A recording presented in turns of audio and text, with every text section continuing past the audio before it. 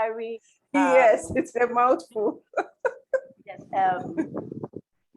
is it job or something? But people from different walks of life, the psychologist, the developmental pediatrician, the speech therapist, the occupational therapist, different behavioral therapists, everybody comes together to diagnose a child with autism. We kind of learned about how it's done in different parts of the world also, because there are peculiarities in different environments. Someone asked an interesting question yesterday that struck me. You know, I never thought about it before yesterday. She said, well, how come an occupational therapist knows about sensory processing disorder if all their job, if they're supposed to help people with occupation? Imagine people learn a trade and all that, people that are sick. But the OT that Mr. Shegun Fakorede gave an amazing answer. I said, how can somebody, if the person has sensory overstimulation or understimulation that would limit the person learning an occupation, who then would address it if not the occupational therapist? And I thought that was it. Of course, it's the answer. I'm paraphrasing the many sentences I put together too. But that's what I took out of it. And I hope that if you were here yesterday, I want you to put it in the chat room and say, I'm back, I'm back, I'm back, I'm back. I want to see in the chat room for you to say, I'm back, I'm back, I'm back, I'm back. Who is there? I'm waiting to see chats. I'm waiting to see chats. Does it mean I'm not seeing it? Or maybe, maybe everybody here is new. Then what we need to say is, I'm ready, I'm ready, I'm ready, I'm ready. If you are ready for today, I can say someone say I'm back. Good. And if you are ready, if you were not here yesterday and this is your first time here today, you need to put in the chat room, I'm ready, I'm ready. I want to see that. I want to see that. Thank you. Okay. All right. I'm seeing a lot of them back. So I'm glad to see that more people are here from yesterday. All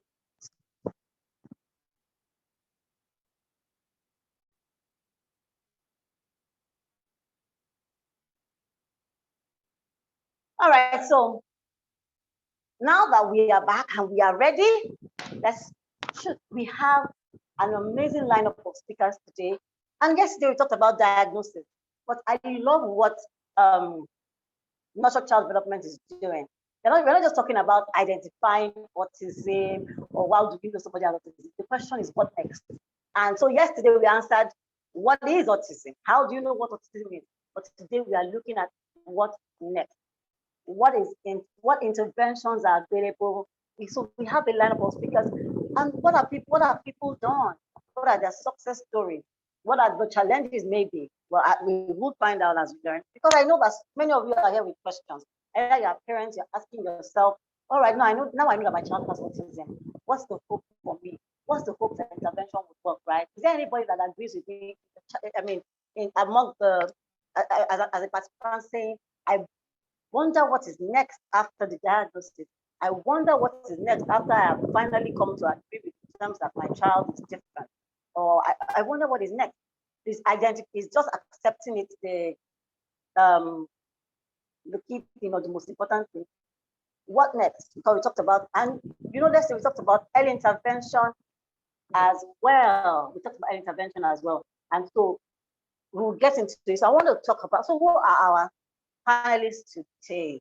I'm going to read their profiles, but before I do that, I'm just going to mention their names randomly. 1 second. Okay. Seems like my overdoing. I wanted to have multiple internet. It seems like it's affecting me. So who are we talking to today? So we have Mrs. Johnson David, Mrs. Eleanor Shikoya, Mrs. Okorafor, I hope I called it right, and the Okolos. So let me quickly read their profile for you.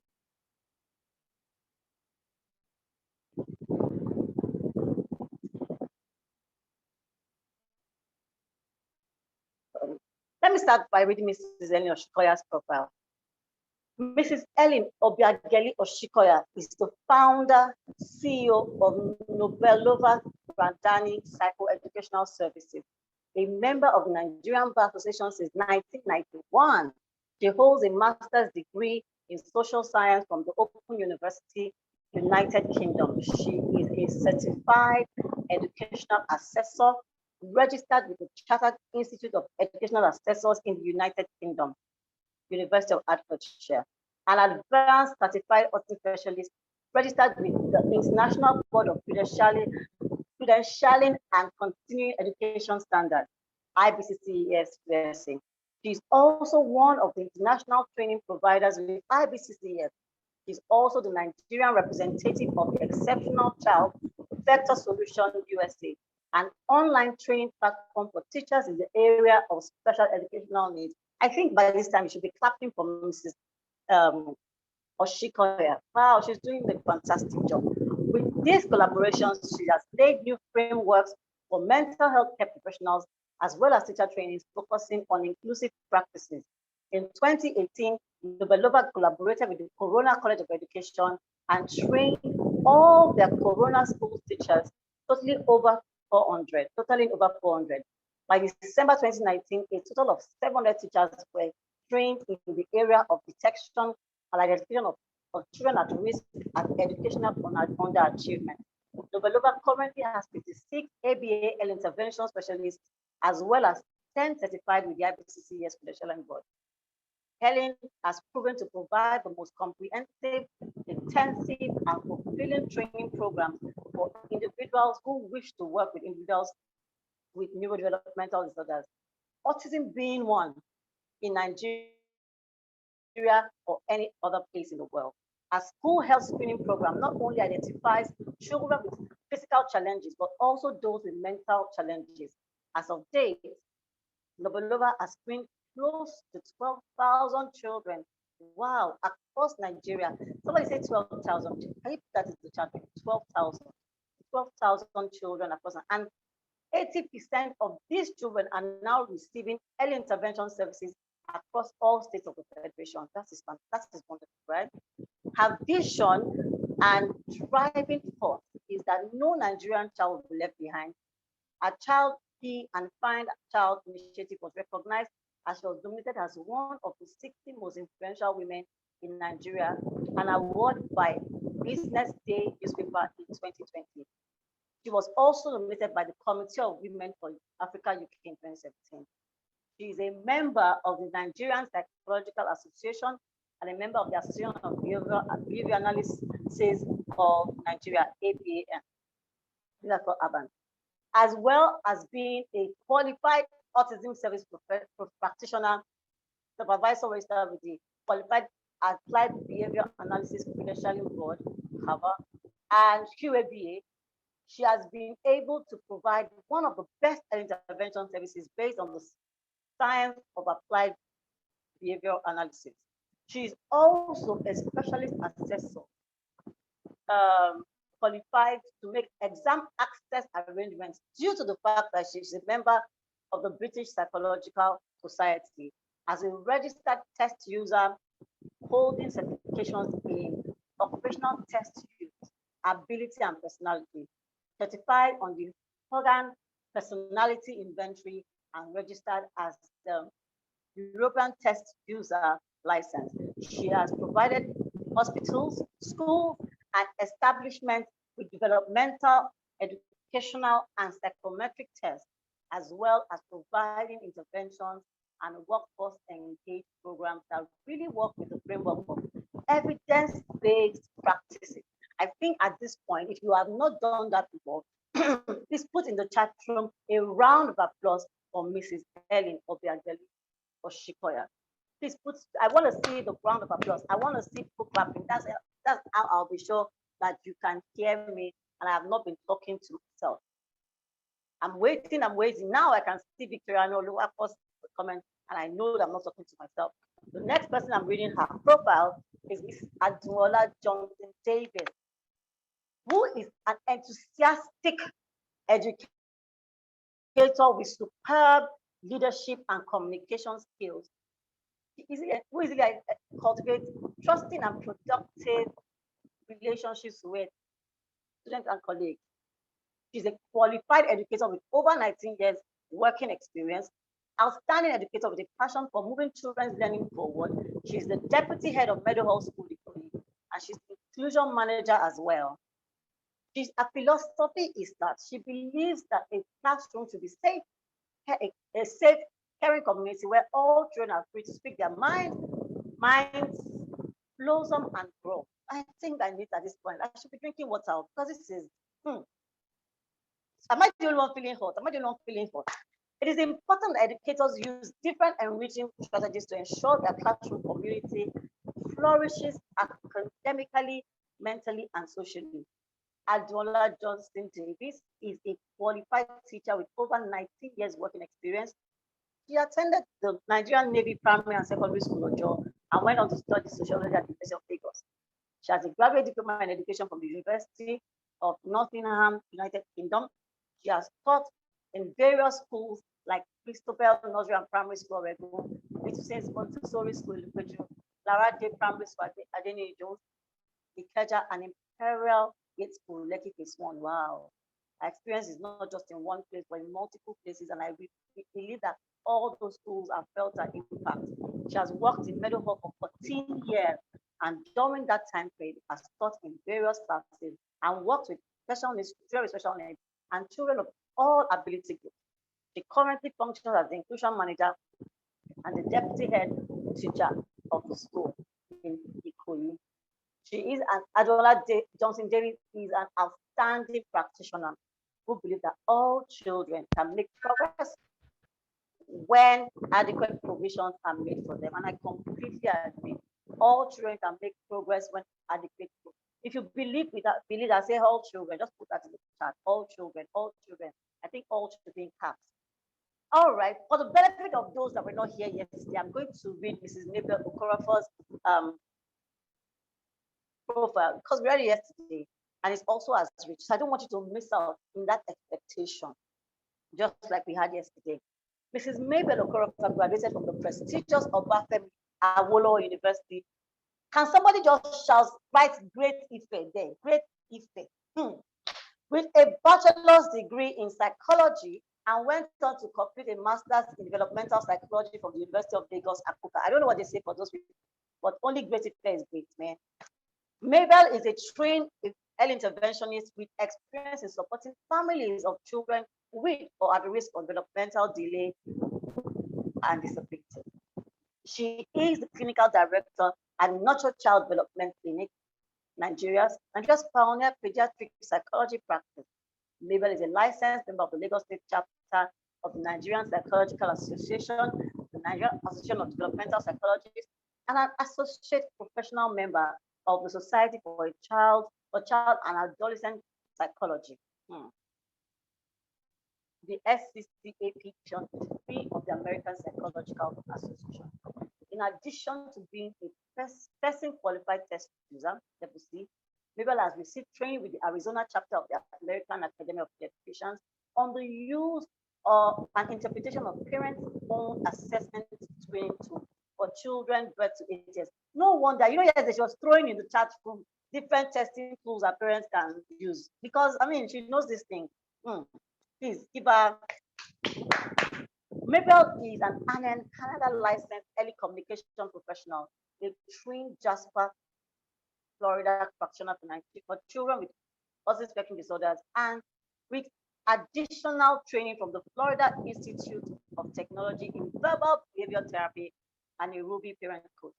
Our areas of expertise include developmental screenings and assessment, psychological assessment for children to determine learning profiles and develop treatment plans, parent coaching for children with disruptive behavior patterns, and school-wide special education policy development, consultation, and supervising multidisciplinary intervention teams. Please put a round of applause for. With a round of applause, please welcome Mrs. Mabel Okorafor. These profiles are fantastic to read. There's a couple that is here that do not have their profile. I don't have their profile, but I'm equally as excited to learn from them because they are parents of, I think, a child on the autism spectrum disorder. And so, I mean, I'm excited to learn from them, hear what they have to say. And they are the Opolos. Sorry, let me just confirm if I have. So they just well, the name I have there is Mr. and Mrs. Opolo. And so please just welcome with me. This is Eleanor Shikoya, Mrs. Admola Johnson Davis, Mrs. Mabel Okorafor, and Mr. and Mrs. Opolo to this panel. You are welcome, sir and Mars. I think I say Mars. Good afternoon. Afternoon. I'm so happy to have you here, and I'm excited already. Reading your profiles, I mean, I look forward greatly to learning from you, and I know that everybody will learn as well.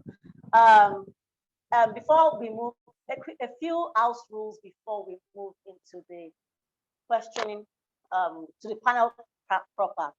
Number one, at some point in this panel, we would have polls, and then there is a place where you can put your questions, so you don't have to in the chat room. We can easily find it and answer you correctly.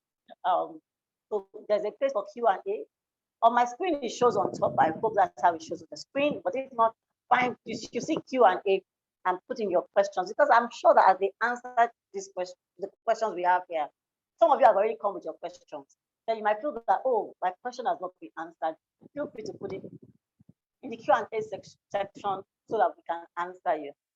Thank you very much. And so please watch out for the polls. We hope that when we do put up the polls, you will respond and we can have your answers. All right, it's time. At this point, I feel like everybody, don't stamp your feet very fast, stamp your feet because we are ready to take off. Who's ready? Who's ready? Who's ready to take off? Who is ready to take off? Say, I'm ready, I'm ready, I'm ready. I want just one or two, I'm ready. And I know we are ready. While I wait for you, I'm ready. Let me start already so that because time is of the essence. And who says time is money? You can't afford to waste it. All right, Mr. Shikoya, I'm going to start with you. I read your profile first, so I might as well just start. Thank you for that. Victoria is like I love your already because I've been seeing your name first. Your name is the first I always see. All right. So Mr. Shikoya says you run I mean, from a profile we can see that you run a school health screening service, and we've read how, 12,000 children. Wow. I mean, literally. What would you say has changed in the acceptance level of parents to routine screening in your years of practice? What would you say? Has anything changed? And what is it? What would it be? Good afternoon, everybody. Thank you for inviting me to this panel. I'm quite excited to be amongst so many learned colleagues, and I think it's time we've started collaborating. So this is the time. This is our era. Well, with regards to school health, school health is a policy. It's a policy by Federal School Health Policy, which is 2007, which says that children should be tested both physically and mentally, and then also referred for special educational services. Lagos State also has incorporated school health policy, whereby children also are tested. Initially, it was very difficult to gain the acceptance, but with the incorporation of the policy, it has become a lot easier. And from my experience at the moment, because we don't have a developmental surveillance system,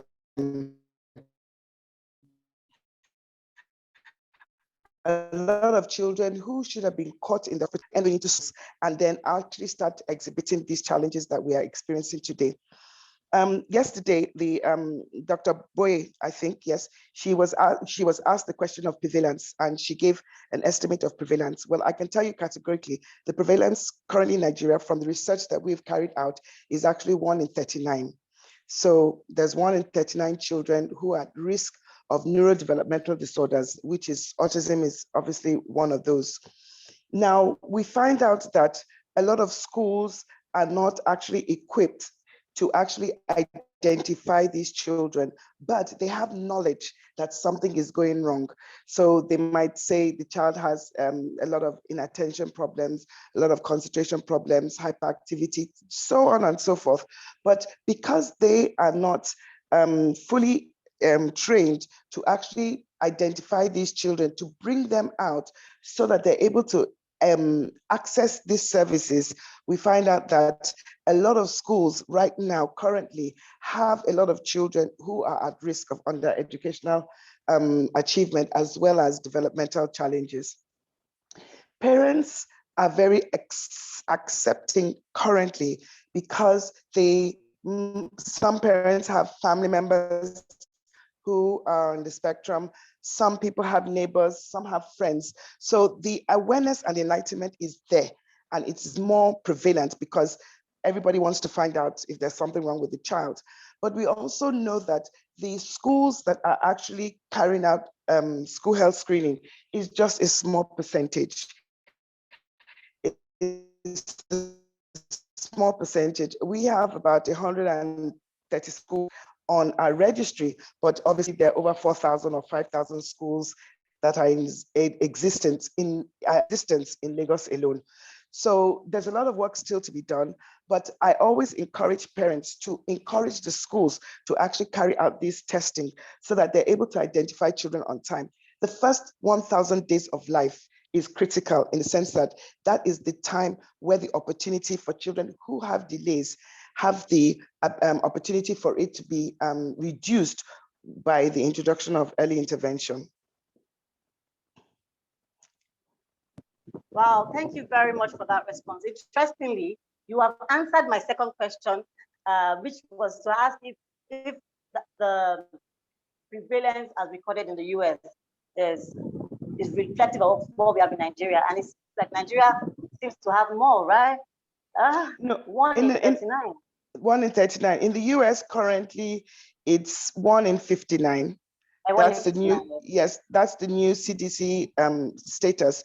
But within Nigeria as a whole, it's 1 in 39.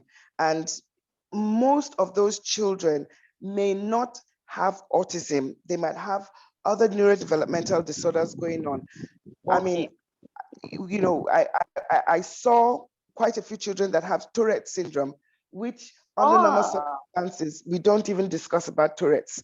We only focus on autism. Yes. Oh, okay. Thank you very much. At this point, I would thank you so much, Mr. Chikoya. I will still come to you, but let me just move on to other people. Mrs. Johnson David, you've worked in the classroom for so many years, 19 years of working in the classroom. How knowledgeable would you say that a typical classroom teacher is? How much would you think, would you say that Nigerian classroom teachers know about the early signs of autism? How knowledgeable do you think they are? I mean, you worked in schools and you worked across schools. What would you say about that? Okay, thank you very much. Good afternoon, everyone, and thank you for having me. Okay, so I would say over my years of experience, I'll say there has been progress. Initially, teachers had zero knowledge. You would just find a teacher, being concerned about a child not learning at the rate at which others are learning, and then we just find ways of coping with that, and maybe just struggling basically and not knowing what to do. But over the years, things have changed. Teachers are better trained to be able, of course, not to diagnose, but to be able to show some concern and say, okay, this child is not learning at the level he or she is supposed to be learning. The child is not assessing the learning objective within the year group. So maybe the child is also exhibiting some behavioral concern that's not that is strange, so to speak. And so at that point, teachers then become concerned. And I would say a lot of high fee paying schools have special educational department units where when children like that when teachers show concern for children with special needs or ASD, they then flag it with the special educational department. And after flagging it with them, action is taken, an individual educational plan is written, and the parents are called in for a meeting, and then they're spoken to, and then discussion is had at that point to say, okay, what ways can we move the child's learning forward? I would say all of that is much better than what it used to be before. There's that knowledge, but like I would say, it's probably with a high fee paying school for the children, for children who attend schools that are not where the school fees are for the low income earning areas. I would say it's not as the knowledge level of teachers at that in those schools are not is not at the level in which it should be yet. So it's mostly the knowledge and the basic knowledge educators have now is mostly for teachers who have the opportunity to work in high paying schools, the high end schools, schools that have the capacity to train their teachers, because it's really not very, very, very expensive, so to speak, to train teachers and to furnish them with the tools that they will need in supporting children with special educational needs. So I would say it's much better than it used to be, but still, it's not all schools in Lagos State that have teachers that are knowledgeable in that area, from my observation. Oh, thank you so much. I saw somebody saying thank you to you when you mentioned the low income. I think that is right, but I'm not sure. I just saw someone say thank you for that. I noticed that that the prevalence of knowledge would most likely rest in the high income, not necessarily high income, but high profile or maybe mid profile schools, and the low income definitely. So that means that more children will be lost.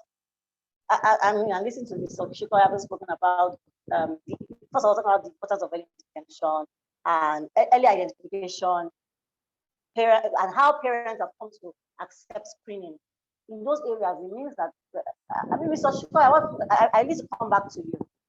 I'm not sure we touched on that. The people, those parents that you say are accepting of screening because they do, I mean, autism awareness growing and all that, people really wanting to have answers to why their child is not developing at how it fares. Would that be the high profile to mid profile status people? Mr. Shikoya. Well, the truth is that for low income families that don't have school health screening processes going on, they actually request for assessment. So for the ones that can't afford private assessments, we refer them to the teaching hospital. There are quite a few teaching hospitals. So there's Lagos State Teaching Hospital, there's Luth, there's Yaba, Child and Adolescent at Oshodi.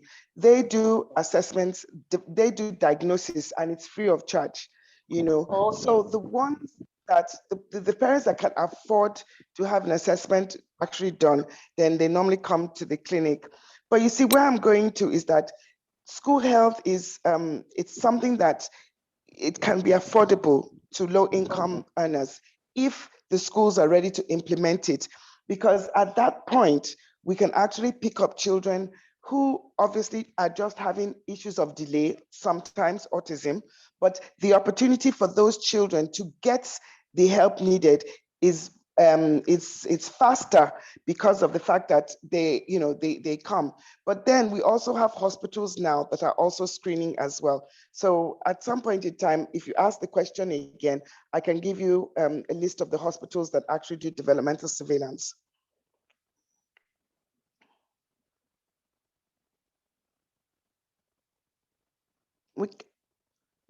We can't hear you.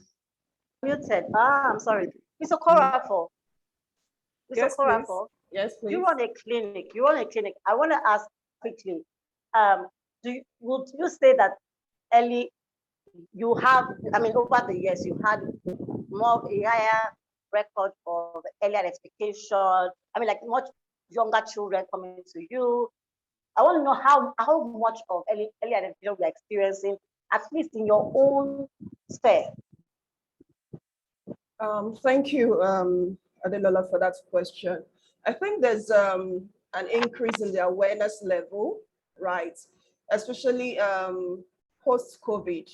We have a lot of, we must also realize that even the parenting age is evolving. So we have a lot of Generation Z parents. So they are much more aware. And of course, you have these parents coming more on time to seek help because they've read, Google is everybody's friend. So we've had a lot of increase in terms of parents seeking help for their children.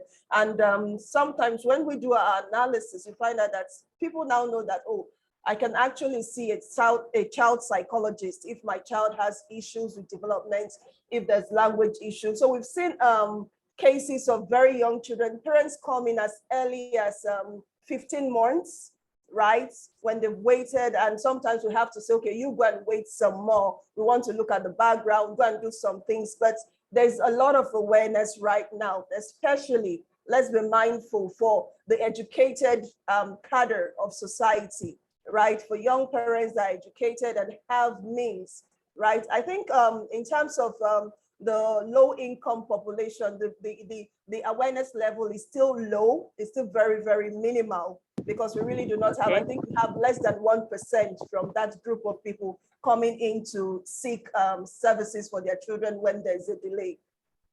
Okay, all right. Thank you for that. Thank you for that. So, I think it's just heartwarming to know that the awareness is not in vain. But it's also still quite sad that despite all that awareness, low-income families are still at a disadvantage. And we should, I believe that we are paying attention to that. I just hope that we get to them very soon. I love what Mr. Shifoya said about Lagos State already has that rule about early screening children. If more schools come on board, it will become more affordable. So that's where we need to get to, right? I want to go to the colos. I'm quite interested for two reasons. Number one, I don't have their profile. I really look for. I do have a brief knowledge about the child or how their journey started. Very brief, but very negligible is the word. But I cannot say that. I cannot say with confidence. So, Mr. Kolo, I would like for you to tell us what was the red flag? Because I've been told that your bigger red flag was the language delay, speech delay. But what got you really concerned about your child, and at what point did you decide to take an action? And what action did you even take when you started to get concerned? Okay, good afternoon, everyone. Thank you for having us. Shall I say us? I'd like to apologize. My husband is out of town. Unfortunately, he can't join us. He's on the flight back into Lagos as we speak. So he's unable to join us. So it's just me, Mrs. Okolo, and I'm a lawyer. Sorry, I didn't send my profile to Miss Lois. She kept chasing me. But it doesn't matter. We are just happy to see you. I work. Yeah, thank you. I'm a lawyer. I work in the financial services sector. I've worked in a couple of banks, no longer in a bank now, but I'm still in that industry. So for us, the major red flag was speech delay. But personally, I was concerned because it seemed like beyond not having words at about 18 months, he had no words at all. My son had no words at all. But beyond that, he didn't seem to understand language. So if I said to him a million times, if I called his name a million times, he would not even look my way. And, if I said to him, oh, pick this up, pick up your chair, pick up your spoon, there was no response whatsoever. And so that for me was a challenge. And the dad and I spoke about it, and, and this also affected other areas. For instance, potty training was a challenge. Toilet training was a challenge. He had no words, so he couldn't verbalize his needs, and he just wouldn't do anything. Feeding too was a bit of a challenge. He was quite picky, so he wasn't willing to try out new options. So he had just a minimal variety of foods that he liked to eat. So beyond speech, it was also, shall I say, behavioral traits that we saw that prompted us to seek help. And then we went through a series of stages in trying to get help. Yes, someone had said that, in this day and age, Google is our friend. I'm a Google mom, a number one Google mom. Okay. And we had gone to see the pediatrician first, and the pediatrician made us take the MChat. So Okay. in fact, before the pediatrician asked us to do MChat, I had done MChat because I had seen it on Google. I had done my own MChat. Okay. So by the time we did the MChat, the pediatrician said, okay, well, the score was quite low. It seemed like he was on the spectrum, but that he wanted us to go and do hearing tests and probably speech therapy. So we went for hearing tests. It was confirmed fine. We saw an audiologist in Lagos Island. He was a consultant that had retired from Island Maternity, but had his own practice somewhere in Lagos. We went there. The hearing test was fine. And then we were referred to a speech therapist, and we went there. And I mean, I just wasn't comfortable with the environment, number one, and the style and approach. So I said, no, we're going to look for something else. And we went on Google, and in the process of searching, we found Nuture.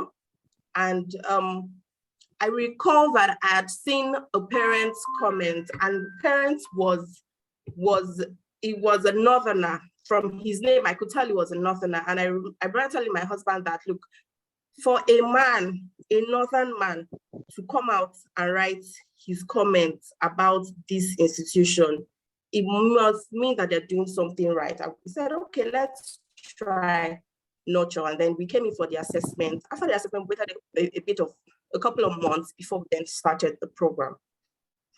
So that's it. How old was your son at this point?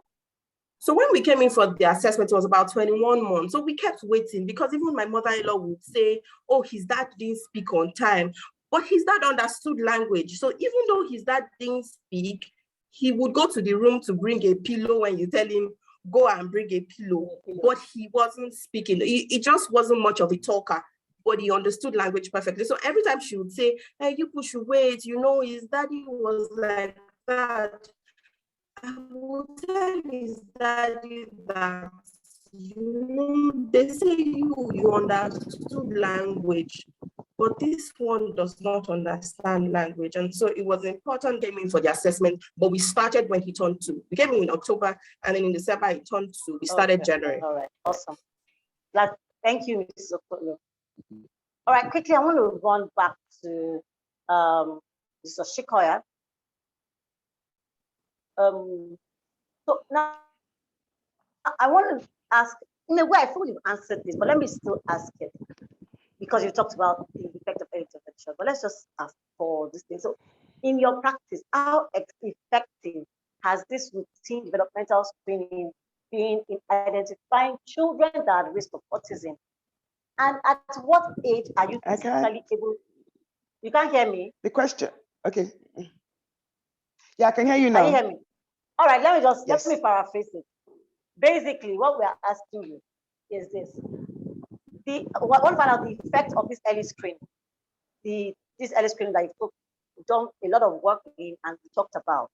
And what age do you typically? What's like the average age that you pick? We start at 1 month of birth.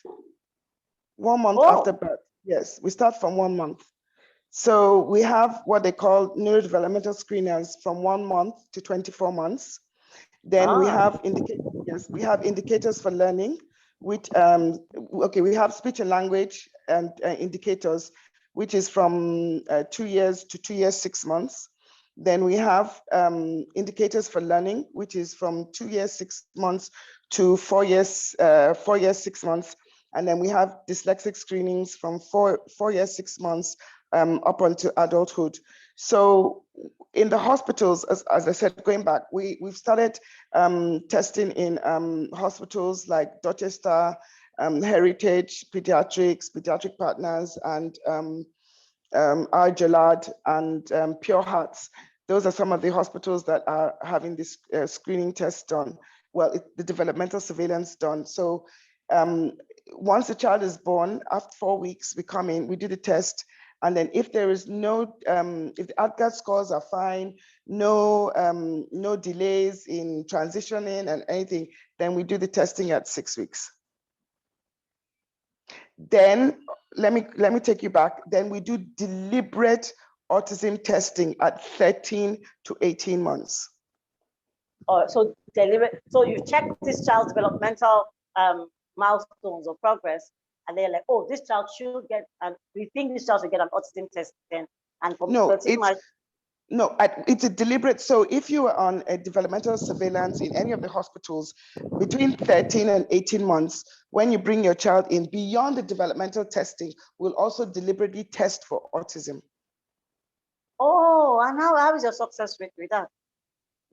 Well, funny enough, now that we're testing deliberately for autism, we're not finding any children who are not meeting their milestones. Maybe they're addressing those mean, needs early because they're seeing the, they're seeing the and addressing it sharp. Yes.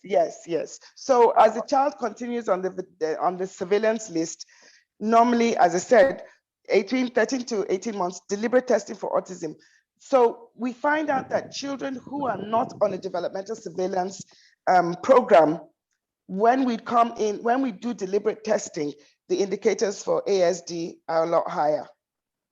Wow. All right. I was considering moving to the question. Well, thank you so much for that response.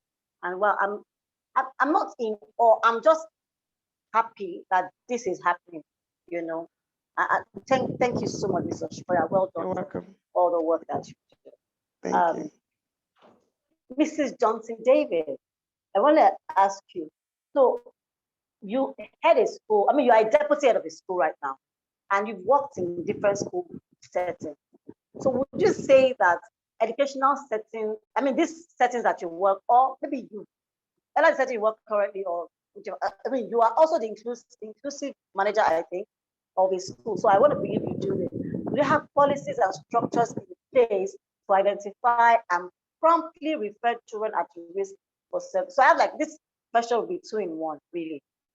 So the first thing is, do you have policies and structures in place to identify and promptly refer children at risk for services? And really, at what point do you get concerned enough to flag it up for action? What point do you say, oh, this child must get an assessment done? Let's check this child. Let's find out what's wrong. All right, thank you for that. Yes.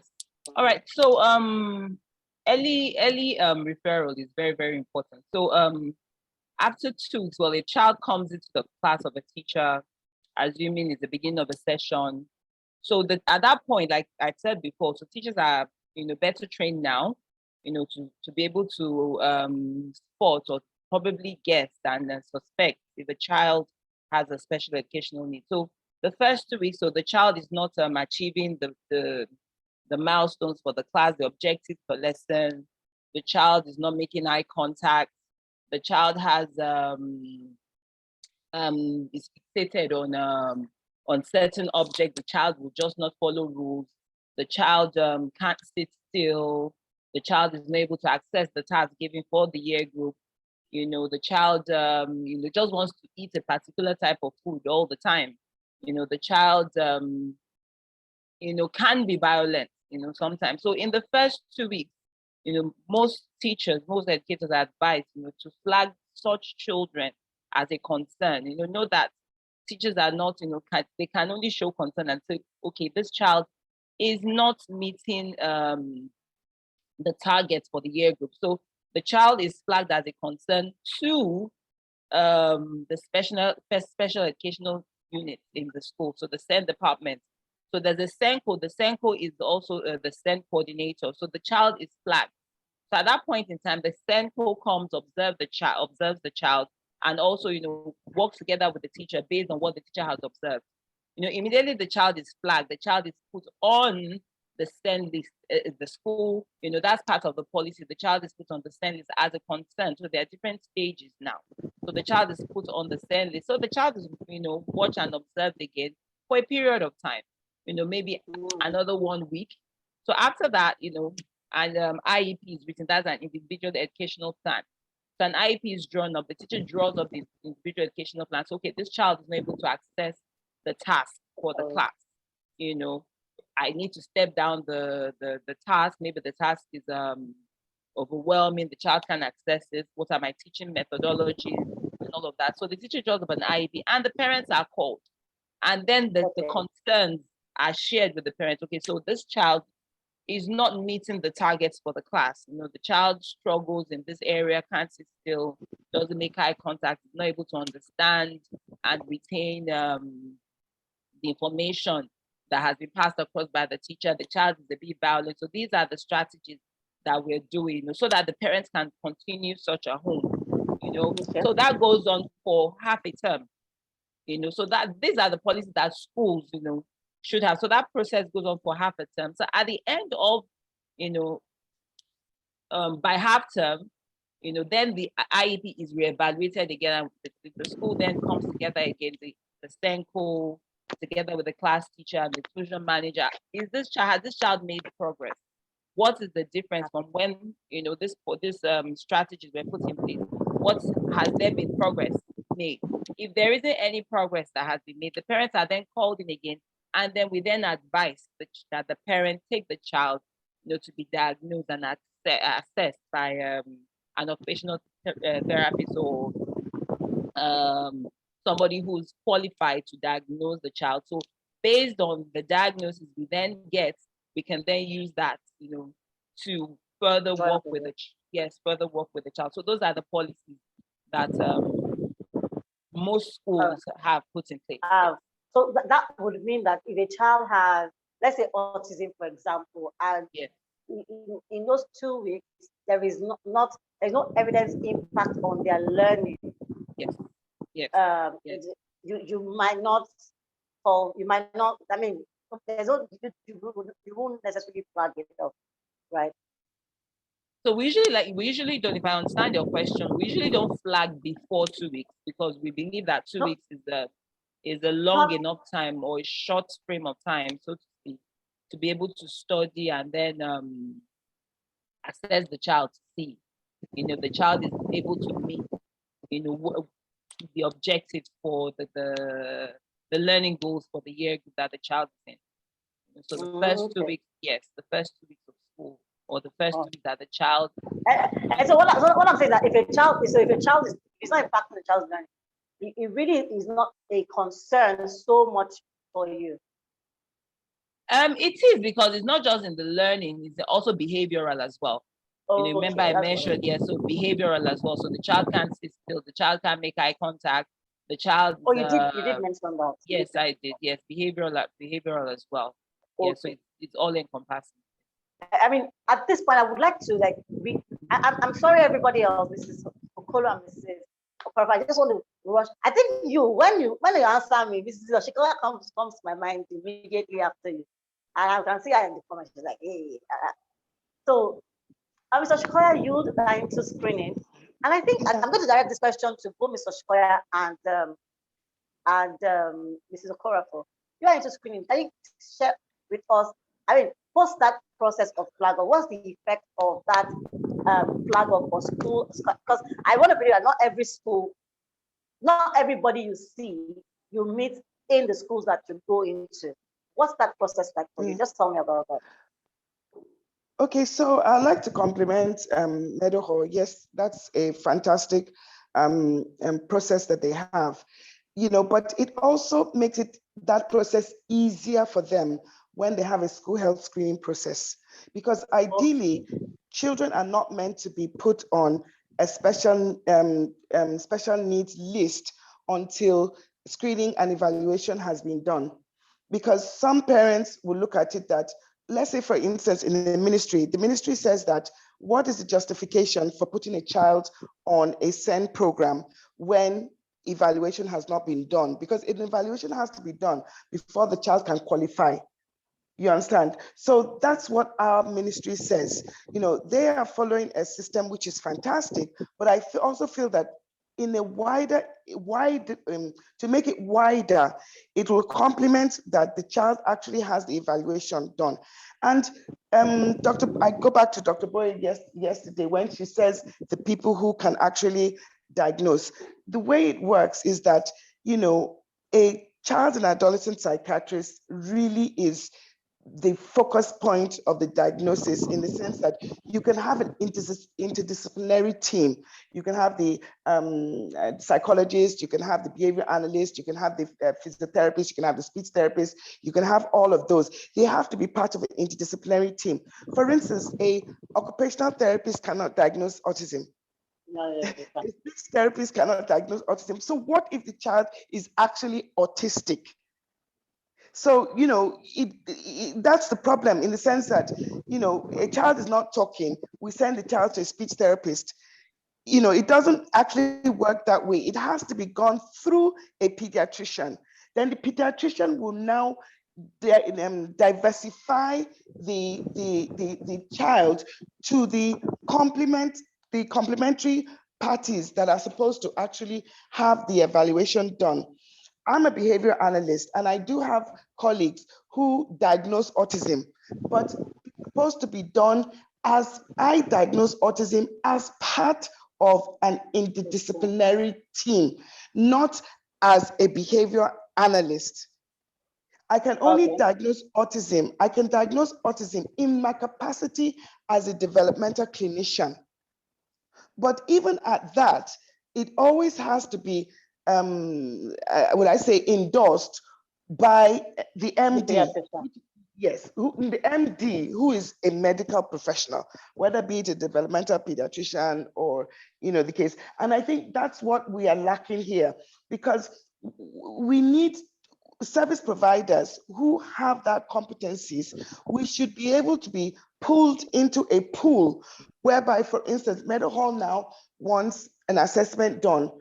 They should be able to go to a pool to say, okay, this pool of people, we would like you to have this done and send the results to us. Because I'm very wary about sending, for instance, now we have people who are occupational therapist assistants.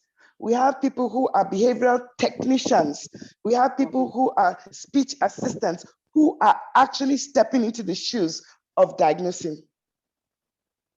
Okay, I didn't know that was possible. Like, but that's possible if you are yeah, that's what is obtainable currently. Well, I like that you've. I would mention though that I think the UK Send Code is what guides what Mrs. Adola Johnson Davis has talked about in that practice of first, because you don't want to rush and tell a parent that, oh, we suspect that, because children can have learning gaps and they might just not have.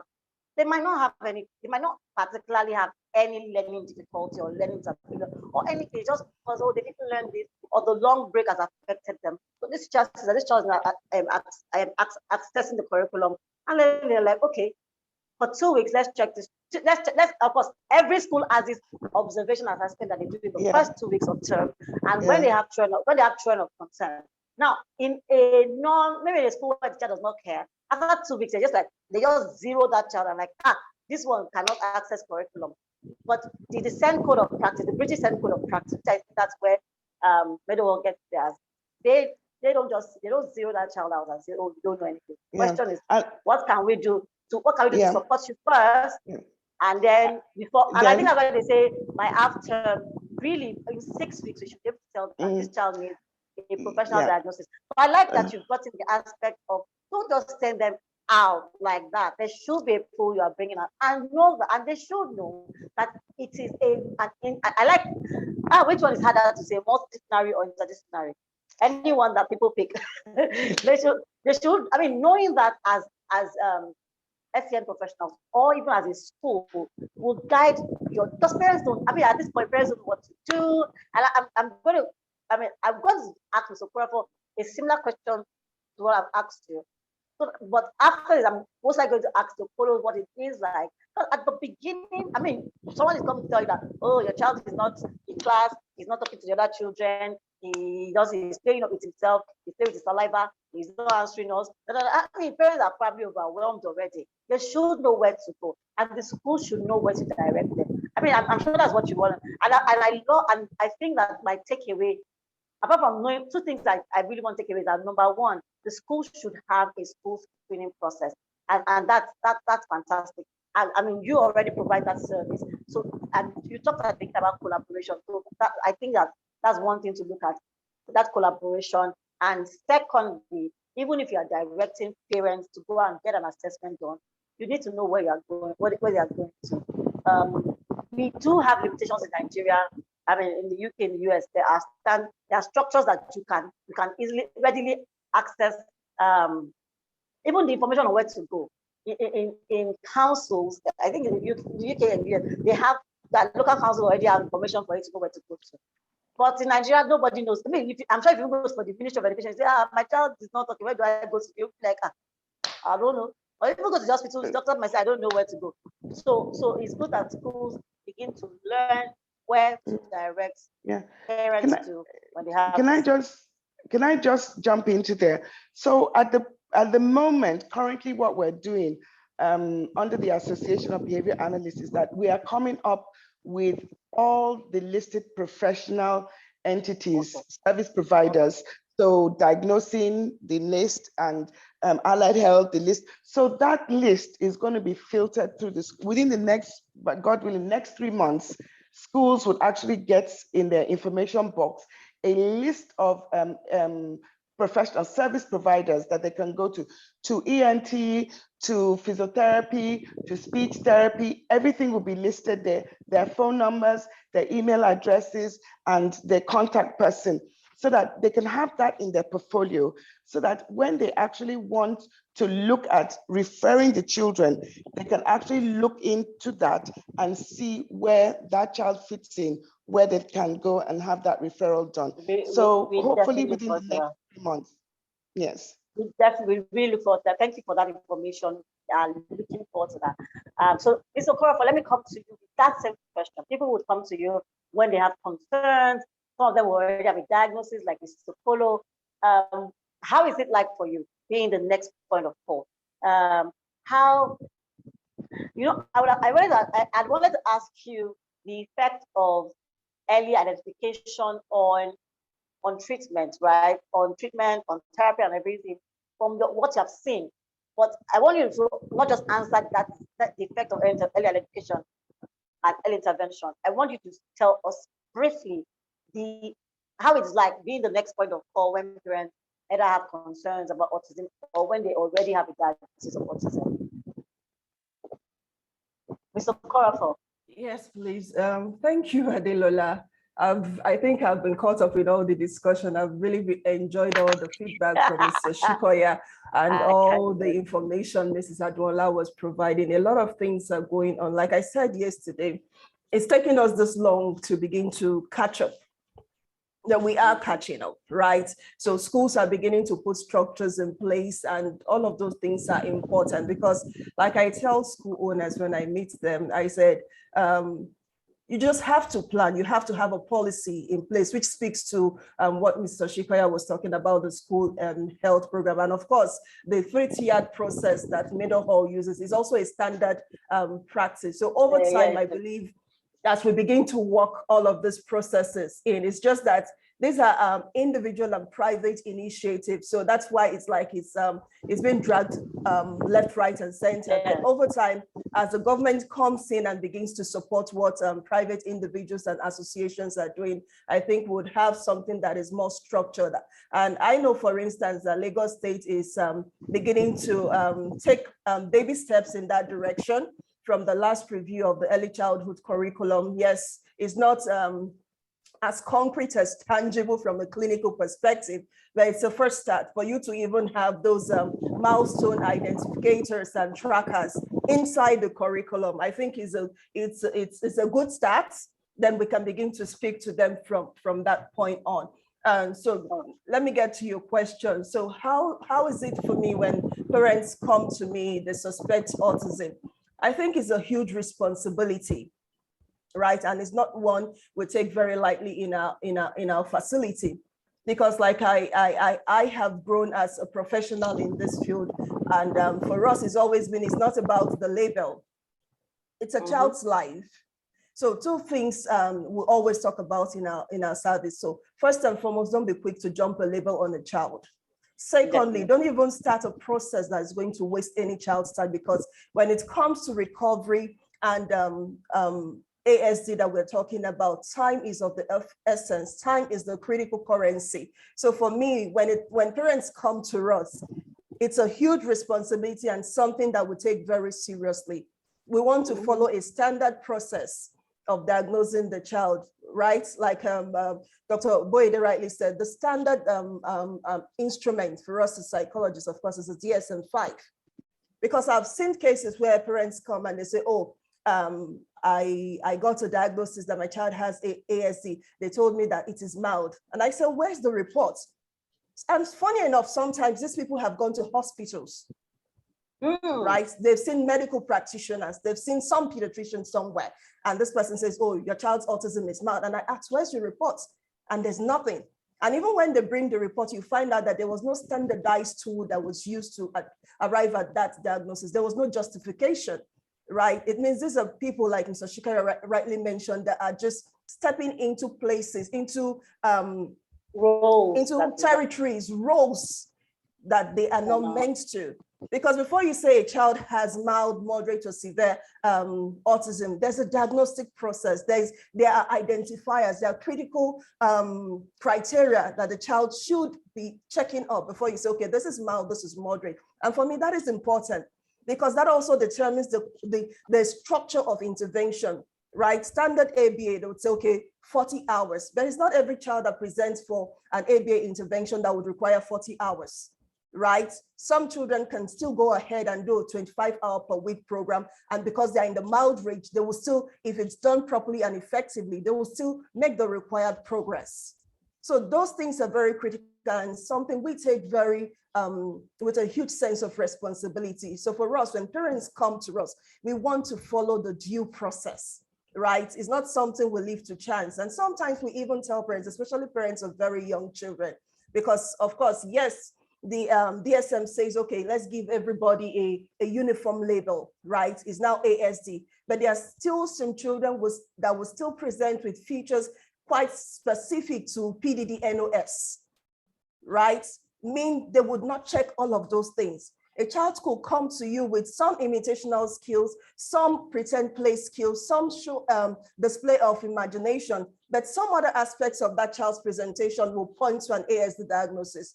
So in such a scenario, we are not in a hurry to put a label on the child. We'll put the child on surveillance and begin to do some level of intervention that would still address the features that the child is presenting with.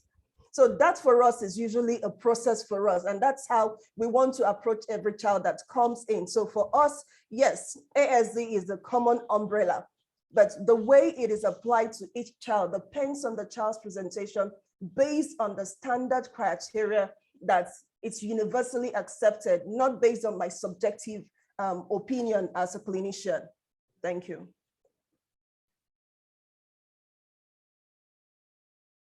Your mic is muted. I'm so sorry.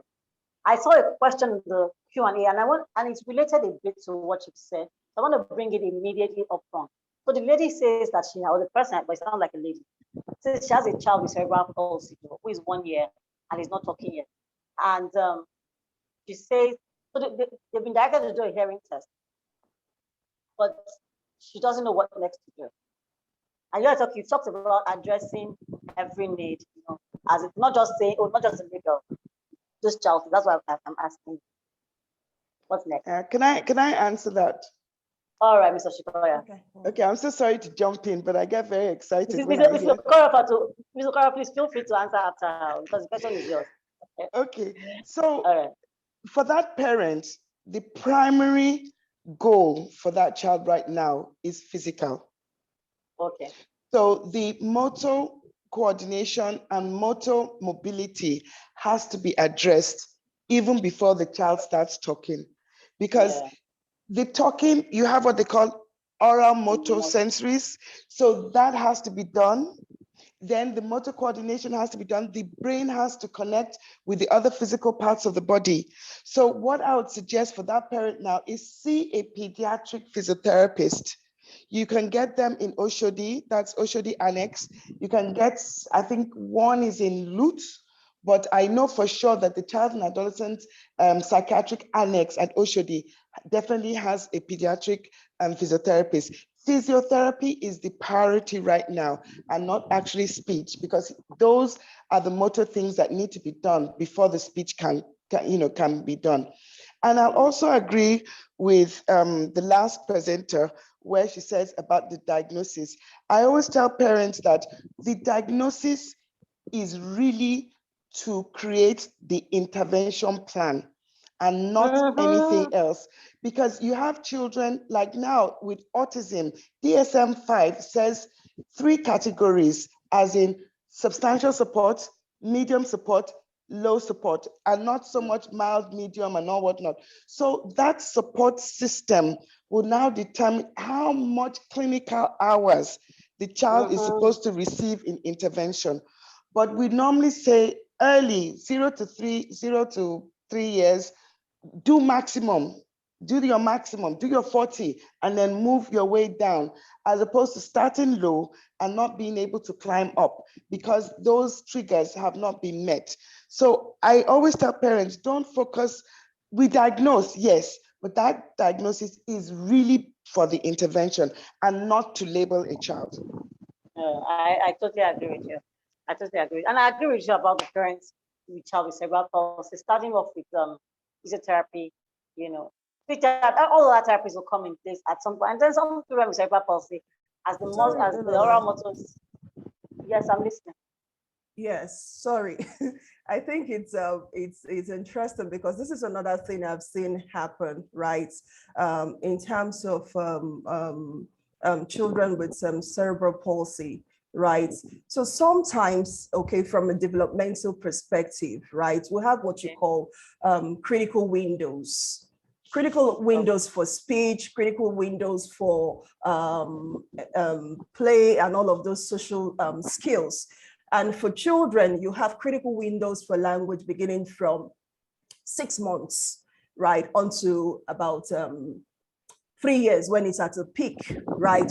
So yes, I do agree that for this child with cerebral palsy, right, so there's priority in terms of physicals because of the oral motor features, right? But there's also the part of stimulating the language areas of the brain, right? In which case this child might still benefit, right? If the parent is listening, your child would still benefit from a rich language environment. Your child will still benefit from you reading books and calling labels to them, because it's not just when the physical apparatus are ready for speech production that we begin to stimulate the brain for speech.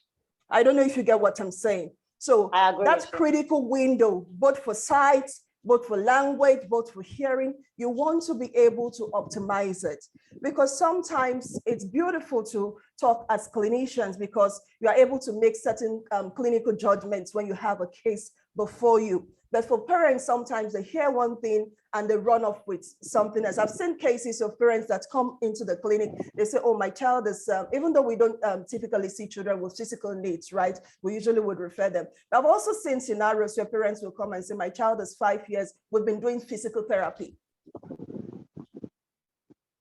That child has missed opportunities for stimulation. So even when the physical apparatus are ready, the oral motor features are ready for language production, the places, because how the brain works is a use or lose pruning process. Yeah. So beginning from 6 months to 6 years, all of those neural systems need stimulation. They are ready for language stimulation and all of that. But when they are not stimulated adequately, what happens is those parts of the brain die off because you've given the feedback to the brain that, oh, this place is not important, right? The brain wants to prune the unused parts so that the parts that are useful can have more energy to function, right? So my advice usually as a developmental person is always stimulate language, create a language-rich environment for your child, even before your child begins speech therapy, whether it's a physical need or autism or whatever. Language stimulation is key because of the critical windows, right? Very, very true. Quick one. I attended a training last year on cochlear implants for children, children with hearing impairment who had cochlear implants. And they said that children with cochlear, I mean, this child had not heard anything for a while, and this child is now hearing. But if the child is not in a language-rich environment, so you're not talking that, you're not talking to the child, you're not engaging the child, or the child is not in school where the child is having forms of conversations or listening to other people. The next parents will come and say, this thing is not working, my child is not talking, he's not hearing. The thing is, your child is hearing, but it's not making sense of what she's hearing because it's not in an environment where conversations are directed at him or her. So yes, and I will, in fact, one reason I really, really agree with you is that I've seen so many cases, quite a number of cases of children with cerebral palsy who do not start school on time because the parents are waiting for their child to sit and start walking. You don't have to wait for that to happen, but do start. I mean, I've also seen parents take the child to school with no physiotherapy going on. If you are not having the therapy, you are putting that child at risk for things to get worse. And if you're not taking the child to school, your child's brain is not stimulated. Cerebral palsy itself does not affect intelligence. So it means that your child can be highly intelligent and you'll be limiting that gifts just because you think that, oh, this child has special needs, this is the end. Wow, it's 6:15. We have 45 minutes. And I really want to hear Mrs. Okolo on this. When Mrs. Adola Johnson spoke, I said I was going to come to you to talk about, so you had to deal with a diagnosis. Somebody, oh, this is it. What you kind of told us the next step, right? You knew that your son had autism, and then you found a center for him. But the question is, how was it like taking the news, and how were you able to gather yourself to find help or find therapy like that? Well, yeah, well, it was difficult to accept, but like I said, I had done a lot of research, before even getting a diagnosis. I had done a lot of research. I had read a lot. In fact, I started to follow moms with children on the spectrum, and especially the ones who shared their experiences on social media. And I was pretty much ready to do what was necessary for my child to have a normal life. My husband and I were prepared to do the responsible thing to do as parents, which is to get the necessary help, the necessary assistance, and support as much as we could. I personally don't think that there's any stigma attached to it, that there should be any stigma attached to it. So it wasn't a big deal for me, really.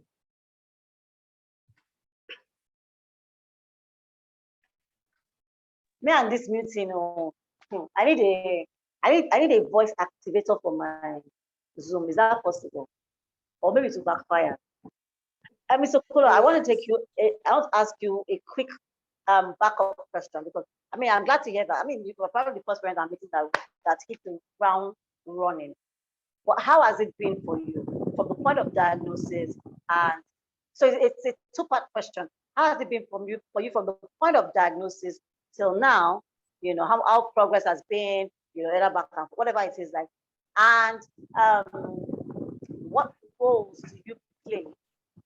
What are the key variables that play the part in your child's progress? Okay. So I thank God. My son has made significant progress.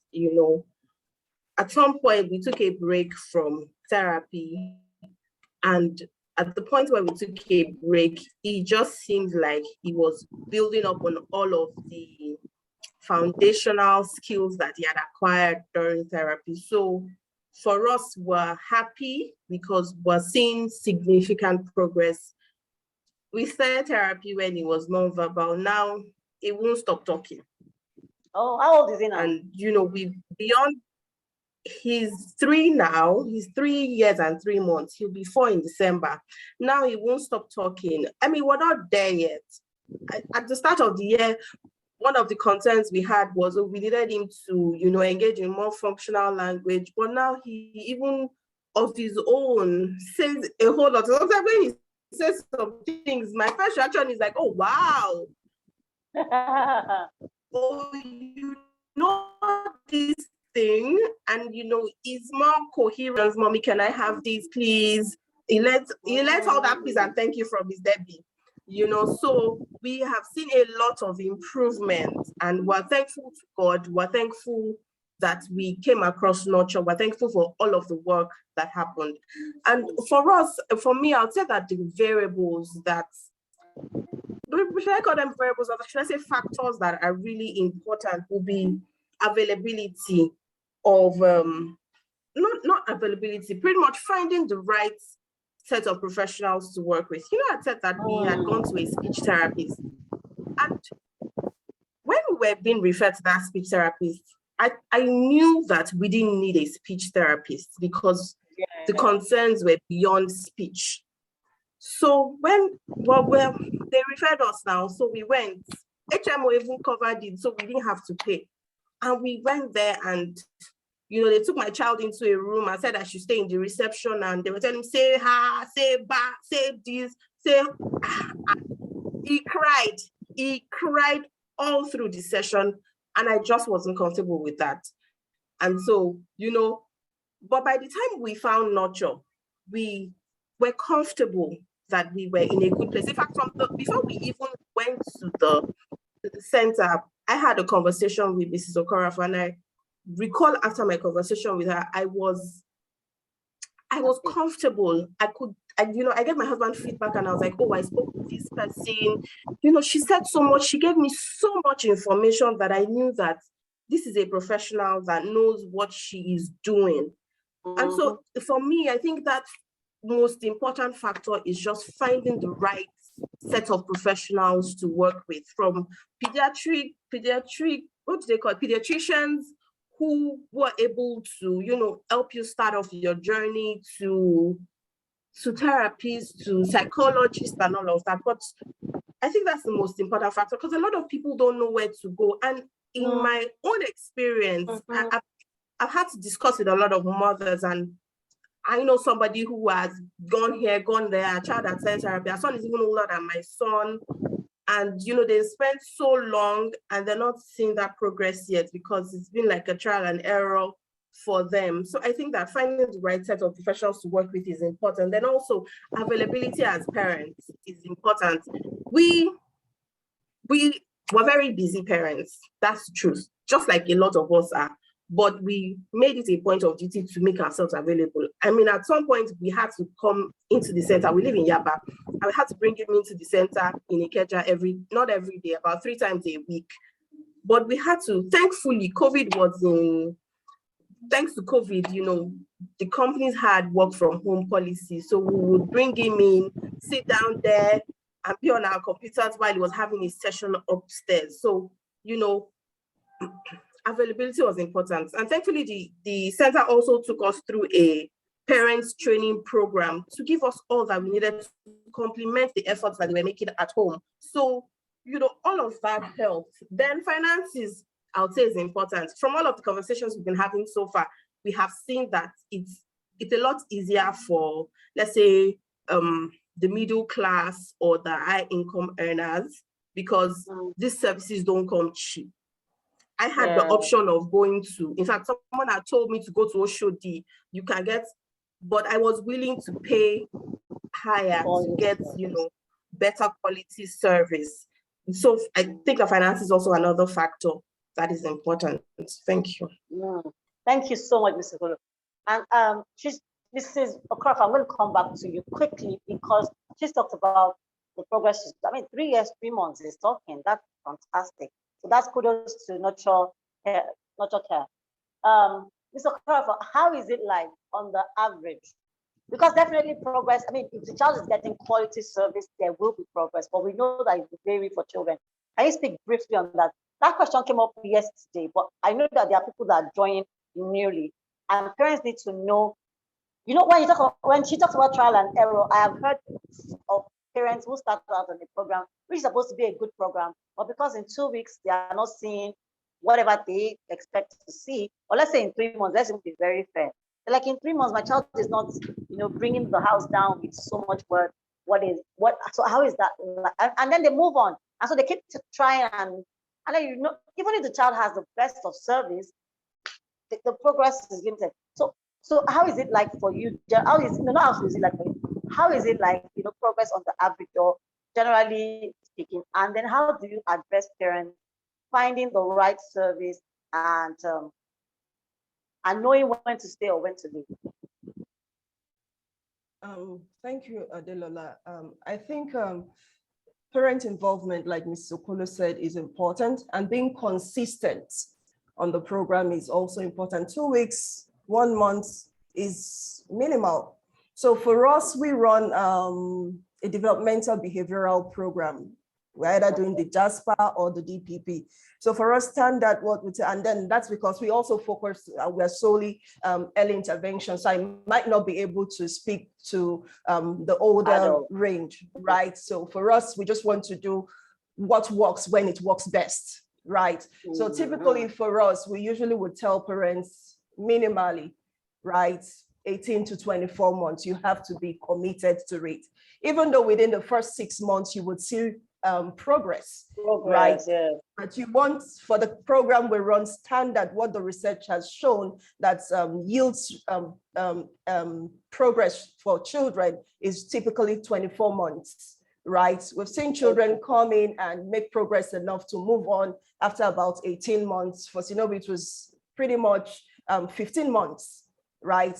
When he took a break from intervention. At that point, there were so many gains that had come in terms of his milestones. So when we did the last evaluation, he had checked a lot of his milestones on the APES, which is the developmental monitoring tool that we use. So typically, I tell parents that come into our program for the early intervention stage, I want to be very specific. Typically, you want to give a program 18 to 24 months, and don't be in a hurry because you see, because that's another thing. So parents begin to see changes at the initial start. Yes, you will see those changes because your child is getting focused treatment that child wasn't having access to. You would see that in the first 2-3 months, but it's not the time to jump off.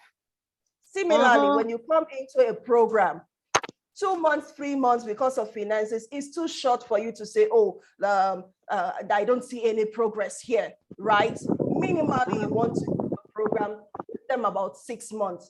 But like I said yesterday, for those of us that were here, there's always the start point to be sure that, okay, does this work? What is the intervention program here? What is the roadmap? Right? You don't go into an intervention program where there are no plans, no treatment plan, no nothing, no success criteria, nothing to measure, no benchmarks, right? Somebody just tells you, I'm doing therapy. There's no feedback, right? In terms of what is going on. So that is not to say when these things are in place, some children would not be slow, but at least you have a basis for a conversation, right? For most evidence-based programs too, that is the basis for that conversation. So we set these parameters for this period of time that we didn't meet it. So we have a conversation either internally as a team. Why are we not meeting this? Is it something we're doing? Because I'll tell people the child is the last factor in the whole shenanigan here, right? You want to work on yourself as an individual that is providing the intervention. You want to be sure that you're using the appropriate treatment that suits that child, right? You also want to be sure that, okay, you have parental involvement. You want to be sure the environmental variables are on point, right? Before you now go on to the child. So that plan, that roadmap serves as the basis for that conversation. So if your child is on a program and there's no plan, that's a red flag. There's no treatment plan. It's a red flag already. So when you have a treatment plan and you've stayed in a program 3 months, 6 months, and there's been no progress, you really might want to say, okay, have a conversation with your service provider. What's going on here? Because sometimes it could be your fault as a parent. Because we've also seen situations where the child is doing a lot of things in school, at the clinic, but it's not happening at home. So what are you doing with all the reports you're getting? Are you just piling them? Are you asking questions? Are you asking them questions? Questions not to be sure that, okay, the therapist came. Questions because you want to know what's going on with your child that you can also reinforce. so that you want to know what you need to change at home. So for us, those things are critical. So when we have very young children coming in within the ages of 15 months to about 48 months, what we're looking at was, okay, we're going to do this for 18 to 24 months. And after that, we can say, okay, this child should be able to, and if we do for the older children that sometimes come to us, if we've done 6 months, we'll tell you, we'll have that conversation. We're not sure this is working. Even though some parents will say, oh, we want to still give it some time, but right? After 6 months, really, you want to ask the right questions to move your child forward. Yeah. Yes, I agree with you. I agree with you. And for me, reporting is a plan and reporting. If you're not getting it, I'm asking you, what are you doing? I want to go to Mrs. Admola Johnson Davis, but before then, admin, when are we having our polls? Are we having, because there are 30 minutes to the end of this program. I want to do so. I'm going to ask Mr. Admola Johnson one question, Johnson Davis a question, and I will quickly run through the question and answer and see if we can put them together. While she's answering, I'll do that. But admin, can you give me feedback on the polls? Are we having the polls now, or we should wait till after her session before we move to the Q&A?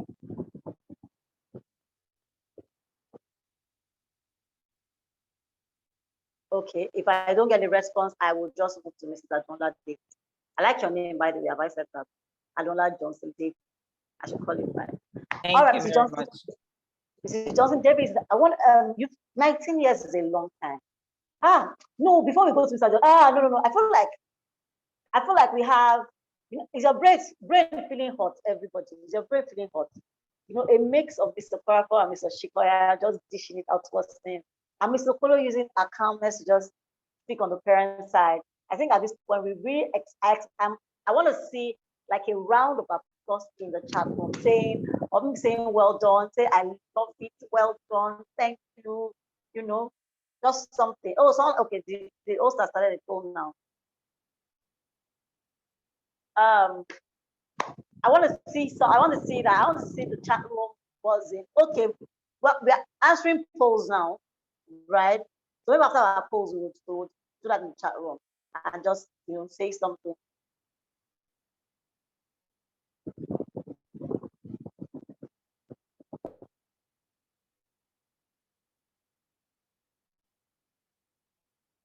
Are we answering the polls? Because I'm not seeing any. I'm not seeing signs that people are answering.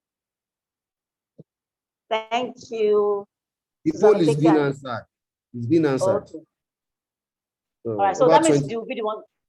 Over 20 people have responded. Okay. Okay. You are using your phone. Maybe that's why you are not seeing it. Yes. So I had to switch my laptop on. It's embarrassed. Mrs. Okerafo will help you out. Okay, so I see 20 people have done the poll, 21 people, it's still ongoing. Let's give it say 2 minutes more. I think some people are still trying to decide. Okay. Oh.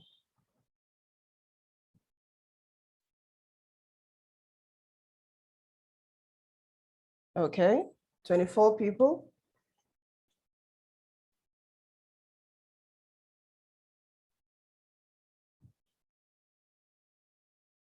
Can we see the result of the polls? Those are first on the panel. It's looking like a 50-50 tie. Okay, so some people are not agreeing.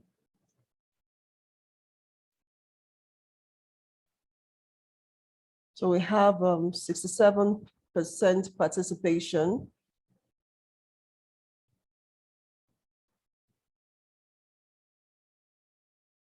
Okay, I think we can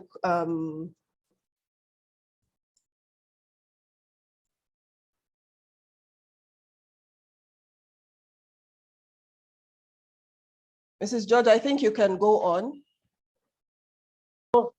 Thank you.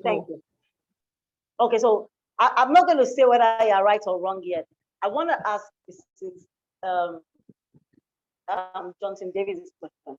First, 19 years of practice, 14 years in Meadow Hall, and I'm not sure I saw how many years you've been in inclusive practice, but there working as the inclusive education manager. But however, your profile does say that over the years, you've had a chance to work with children, especially.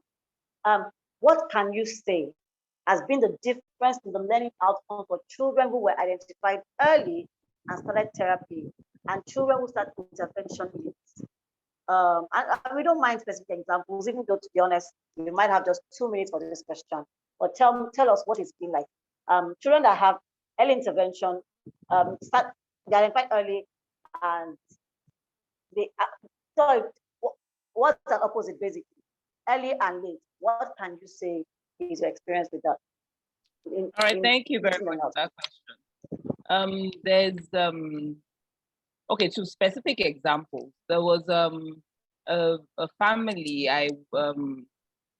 that came into the school, and but after the normal process we've gone through, then we suspected, and then we advised her. It wasn't the child didn't have wasn't on the spectrum, was another need, so yeah, and then we advised her to get a diagnosis and early intervention and all of that. Of course, we were doing what we could as a school, but she just was in denial and not just would not accept it. Like, okay, that's the way I was growing up, and I was able to like Mr. Polo's mother-in-law. Yes, exactly.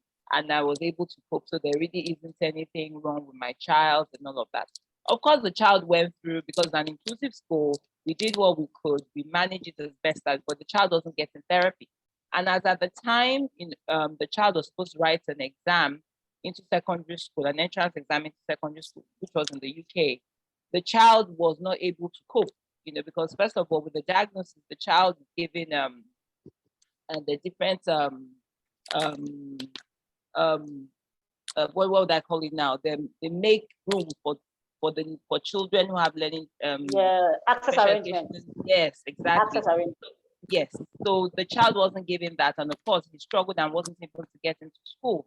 And then she came running to me and the school and said, okay, what could we do? But we then told her, we had actually advised you to do this earlier and you were in denial. But at this point, then it was damage control and all of that. But the child still had, there were a lot of learning gaps that the child, had and all of that. So it was more damage control at that age. So now going back to a success story, this child had, was on the spectrum, and then we suspected, and then we told the parents, we had written an IMP, and then we recommended that the child go for a diagnosis, and everybody, the mom was on board, the parents on board, and then everything was was put into place, and the child, of course, was still in the mainstream school, coming to school, but then had days in which he would go for therapy and all that. The child was diagnosed with as being autistic, but at the end of the day, he was able to write his exam and then get into secondary school, and his social skills are much better than as compared to what it was when he was in the lower primary. He's able to interact with the children better. His communication is very good. He makes eye contact. You would barely even know that he had such a struggle. Yes, of the spectrum, had a struggle at the beginning of the school. So there's early intervention is very, very key in the journey of the child. Thank you so much. And we from Mrs. Okolo's testimony of her son, we can definitely see that there's a huge benefit of early intervention. Mrs. Okorafor talked about the 18 to 24 months of treatment. Imagine, if a child at 2, 3 is getting it, you want 18 to 24 months of treatment before you start saying, oh, it's what? No, or you say, okay, yeah, this is it. When you start early, at 24 months later, a 2-year-old is 4 years old, a 3-year-old is 5 years old. But imagine if the child's already 5, 6, 7, sometimes 15, parents are just finding. And like Mr. Okorafor talked about the language, in fact, she already talked about the effect of delaying. When she talked about that, a child with cerebral palsy, not being in a language-rich environment at the right time, now come at 7 and say, we want to start speaking because now he's now standing, he's now talking. You have put that child at a disadvantage all this while. So one message we should take away from what we said from yesterday till now is early intervention, early identification is important, early intervention is important. If you're a school owner here or a school teacher, you can tell your school management that school screening, school health screening is very key. And if you're in Lagos State has a rule about it. And I think that that's a good way. That's one thing to look at. Thank you so much, Mrs. Admola Johnson Davis. Please, admin, can you quickly share the poll's results so that we can, Mrs. Crawford can help us read that out. While she's doing that, we're looking at the Q&A and I'm looking at the Q&A. Oh, okay, I can see it too. I can see it too.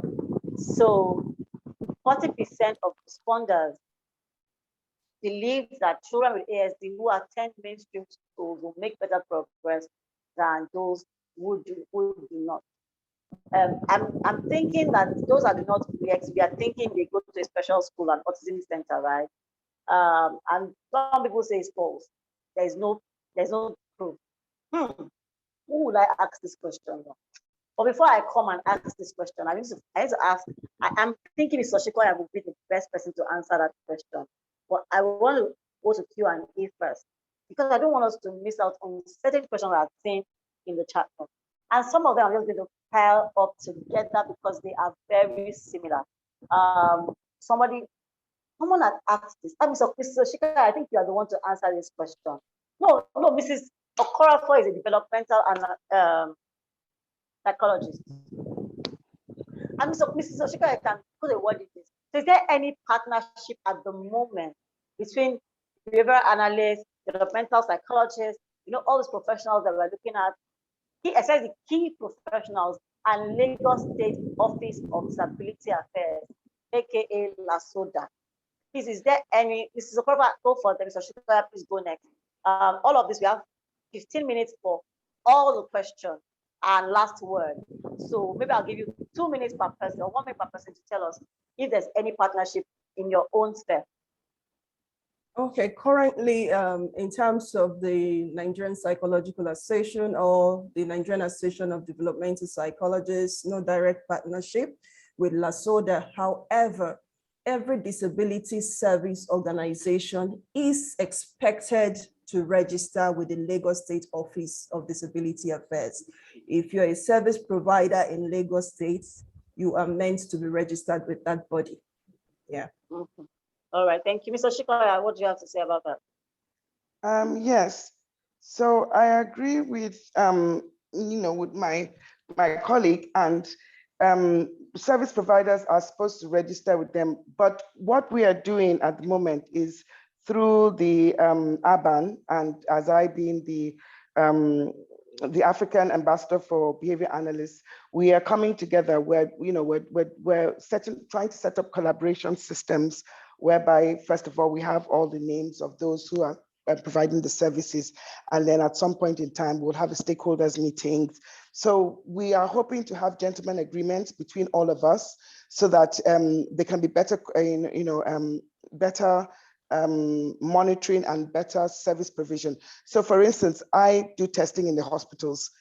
I get tons and tons of children, you understand? And there's so many children that I can intervene in as a behavior analyst.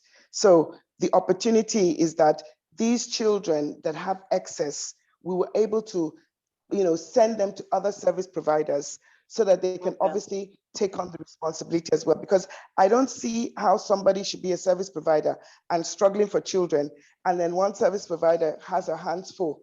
We should have a situation where these children can equally be distributed amongst us so that they can get the care that they need. It's not about us as service providers, it's about the children. It's about the children in our care, and the ones that are going to be cared for, they have to have a place to be cared for. So we need to put our individual differences aside and work as one to be able to get these children the help they need, because the prevalence is increasing every single day. 1 in 39. I feel like I should put that on my forehead so that everybody just see 1 in 39. So I know that there's a lot of work to be done. Yes. 1 in 39. And we do know that with early intervention, there is a higher chance of recovery and children achieving success and independence and more functions. So really, I agree with you. It's not about us, it's about children. So, thank you so much. So I'm going to go to Q&A. A lot of the Q&A, quick one. Nuture Development Center, Nuture CDC. People are asking, where are you? I know this is not about you, but just mention it in it. And then I'm going to go to, and then someone is asking that, is there anywhere in Akure that they can, does anybody know, I mean, do you know of anywhere in Akure that you can, but if not, I think that not, better, but let's not answer that here. This is a live event. I think you should send an email. They should send an email. So what email address can they send requesting for your address and any information on Akure? Okay, I think they should just use the email address that came with their Zoom sign up. There's an email address there where they can send their questions through. That will be nuturecdcoffice@gmail.com. Because sometimes we might need to reach out to other service providers, colleagues to be able to get back to them. Yeah. And like you said, you do early intervention. Imagine somebody bringing a 6-year-old to you, or even a 5-year-old that is almost 6. You'd be like, I'm sorry. And you're like, but you are the miracle worker. No, you're not. You're not miracle workers. They're just professionals that know what they're doing, and that's it. So I want to go. So there's a question that is kind of common. So I'm going to sum it up. Someone is asking that our grandchildren, and I think that Mr. Shikoya has answered this very well already. But I'm just going to, so this person can know what to do. Their grandchildren are not talking. They've done tests, or what next? You know, it's funny, yesterday, I think it was Dr. Boye said that, many people go to the ENT and they should have gone to the audiologist. So there's so much we don't know that we should know. And someone else asking that there's a child with Down syndrome, he's not talking. What next? So it's more of the what next. I think we've answered that so richly. But Mrs. Oshikoya, if you can't answer that, another person is asking that the child has cerebral atrophy, which has affected speech, and already on speech therapy, but what else can they do? So if you're asking if there's a cure, this is a what next kind of question. So in case somebody has missed out on all the what next that you talked about before, Mrs. Oshikoya, can you share that with us? Okay, so it really the age is very important. As I said, like for me, the twins are 4 years old. The twins are 4 years old. The cerebral atrophy is 7. Okay, so I think I don't want to be the messenger of doom, but I would just say 0 to 3 is early intervention stage. After that, it becomes more difficult, not impossible, but it becomes more difficult. Intervention takes longer, and intervention becomes more complex and difficult. So for the children that are 4 years, 5 years, if they're not getting intervention now, then they should start. Do you understand? And I also know that it is a holistic program that is required, not a singular program. And that's why service providers need to collaborate. So for the child that has CP now, he needs speech, he needs applied behavior analysis, he needs physiotherapy, he needs occupational therapy. There's a lot of things he needs. So that program has to be put in holistically for the parent to see the full results. Do you understand?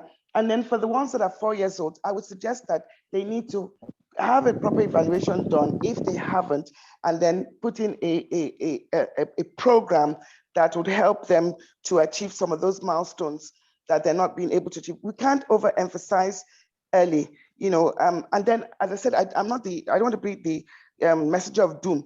Because the child is 7 or 8, it does not mean that the child, there's no hope. It just means it's more difficult, but it's still achievable. And so the child is already getting speech therapy, actually, but the 7-year-old, but she's saying she doesn't think speech is enough. So the truth is that if the child has cerebral palsy, right? Mm-hmm. Yes, definitely the mom is correct. The mom is correct. Speech is not enough. there are other things that need to go with that. There's special educational plans, there's motor coordination, there's so much involved, especially when you have a child that has a global developmental delay. It can be very, very very daunting financially, physically, mentally. So parents do need to go and at least seek counsel to the right professionals for them to guide them as to what to do next. Because really what to do next is it's a question that, it's like a jam question. Do you know the answer? Yes. So it's difficult to say what next until you actually see somebody who's competent enough to guide you. This wouldn't be the forum of guidance. What I'll just say is that early is best, and at 7 or 8, it becomes more difficult, but it doesn't mean it's impossible. All right. So we will say that you should send that email as well if you're that parent. I mean, somebody had asked the question about where to go before, and you talked about the Oshodi Yes. and Yaba. Oshodi, yeah, but there's Oshodi. They can go to, if they're not financially buoyant and they don't mind the wait, they can go to the Lagos State Teaching Hospital. They can go to the Lagos Oshodi Annex and Child and Adolescent Oshodi Annex. And then they can also go, there was a time Luth was a bit, they had an autistic center in Luth, but I'm not sure how functioning it is. But I know for Lasut and I know for Oshodi, they are people that they can get assistance there, definitely. And then if they want to go privately, as I said, a list will come out in the next 3 weeks, a full detailed list of where parents can actually go. It will be broken into areas of diagnosis, allied health professionals, early intervention centers. It will be very explicit, and we will try to push it through as many platforms as we can so that as many parents and schools will have access to that information so that at least they can be a bit more guided when they have children with challenges. Okay. All right. Thank you. Thank you. Thank you. I think that to an extent, I mean, by summing up all the questions, I think that they've been answered. But if you do feel like your question has not been answered, thank you, Mr. Koropa, for putting that out. Send your questions to Nuture CDC office@gmail.com. So at this point, there's so much has been said, about early intervention, progress, learning outcomes, what people have done over the years. I want to hear your last words. So, Mrs. Okolo, any advice for parents who, I mean, and your child is quite little, so they might want to say, oh, your child is smaller than mine, but the truth is you've been on that journey, you've hit the ground running, and just seeing how it pays off. Can you give us your last words, please? Okay, so I'd just like to advise that parents trust their instincts. We live in a community where a lot of people have opinions on certain matters. Yes, it's important to take into consideration the opinions of others, but also trust your instincts. If you think that your child has certain behaviors, certain attributes that are not entirely normal, you live with that child, you relate with that child every day, please try to get professional help. And I think parents should also be more open to talking about these things. So, we live in Nigeria. People typically we're not getting help because we want to keep it to ourselves alone. So sometimes you just never know who has the right information that you need and who can show you the way. I was surprised to learn that somebody who I work closely with in the office was a DS mom, and it was in the course of me talking about, oh, my son was going through therapy for this and that. Then she opened up, and we've been working together for quite a while. So, and then afterwards, she was able to give me guidance because she's like, look, we've been doing therapy for us to talk about these things. Of course, we don't have to go about telling the whole world, but we can speak to trusted friends, trusted relatives, and our own experiences can also spur other parents to take action. I've had to speak with people and say, look, in fact, I have a relative now. I didn't even know her son is about 10, and he's not speaking. and they had kept it secret for so long. So it was when I told her, look, I had something similar with Zenobia, and I'd advised that she get help and get help fast. And then, you know, we start to have conversations about it. So really, there's nothing to be ashamed about. There's nothing to hide. Let's trust our instincts and seek help as necessary. Thank you so much. Thank you so much. There's nothing to be ashamed of. It's not your fault, it's not your child's fault. I think that's what parents do with feeling like, oh, they did something wrong, so they have to hide their shame. You didn't do anything wrong. Even if you did, really, some people did the same thing and their child didn't end up with autism or any other learning, any other developmental disorder. Somebody asked in the question and answers. Apparently, after I looked through and summed it up, she was asking. I think that she should send. I mean, you asked about your child. She asked, maybe Okorafa, I want you to say that as you say your last words. Right? No, you are going to say your last words last. So I'm going to say this. The person was saying something about is the same program is for ADHD and ASD, and you know what next. And I think that person should send an email to Nuture CDC. You know, and one thing is sure. I hope that somehow when Nuture CDC gets, I'm sure you will get that email from Aban, and I hope that people that have been part of this program can also get that, because we know that not everybody is in Lagos, not everybody can would need your service, but then you can use that to guide them in the right direction. Thank you in advance. So Mr. Graf, I want to give you the last word. So I'm going to give you the last word. So I want to go to Mrs. Admola Johnson Davis to give us her last word. Most importantly, as someone who's worked in inclusive environment for a while. Okay, thank you very much. Mine will also be similar to the last speaker. It's important that parents are receptive when, when the educator or the teacher and the SEND department of the school that your children are in, tell you that these are the concerns that they've noticed. It's important that parents are receptive. There's really, really nothing to be ashamed of, and early intervention is key.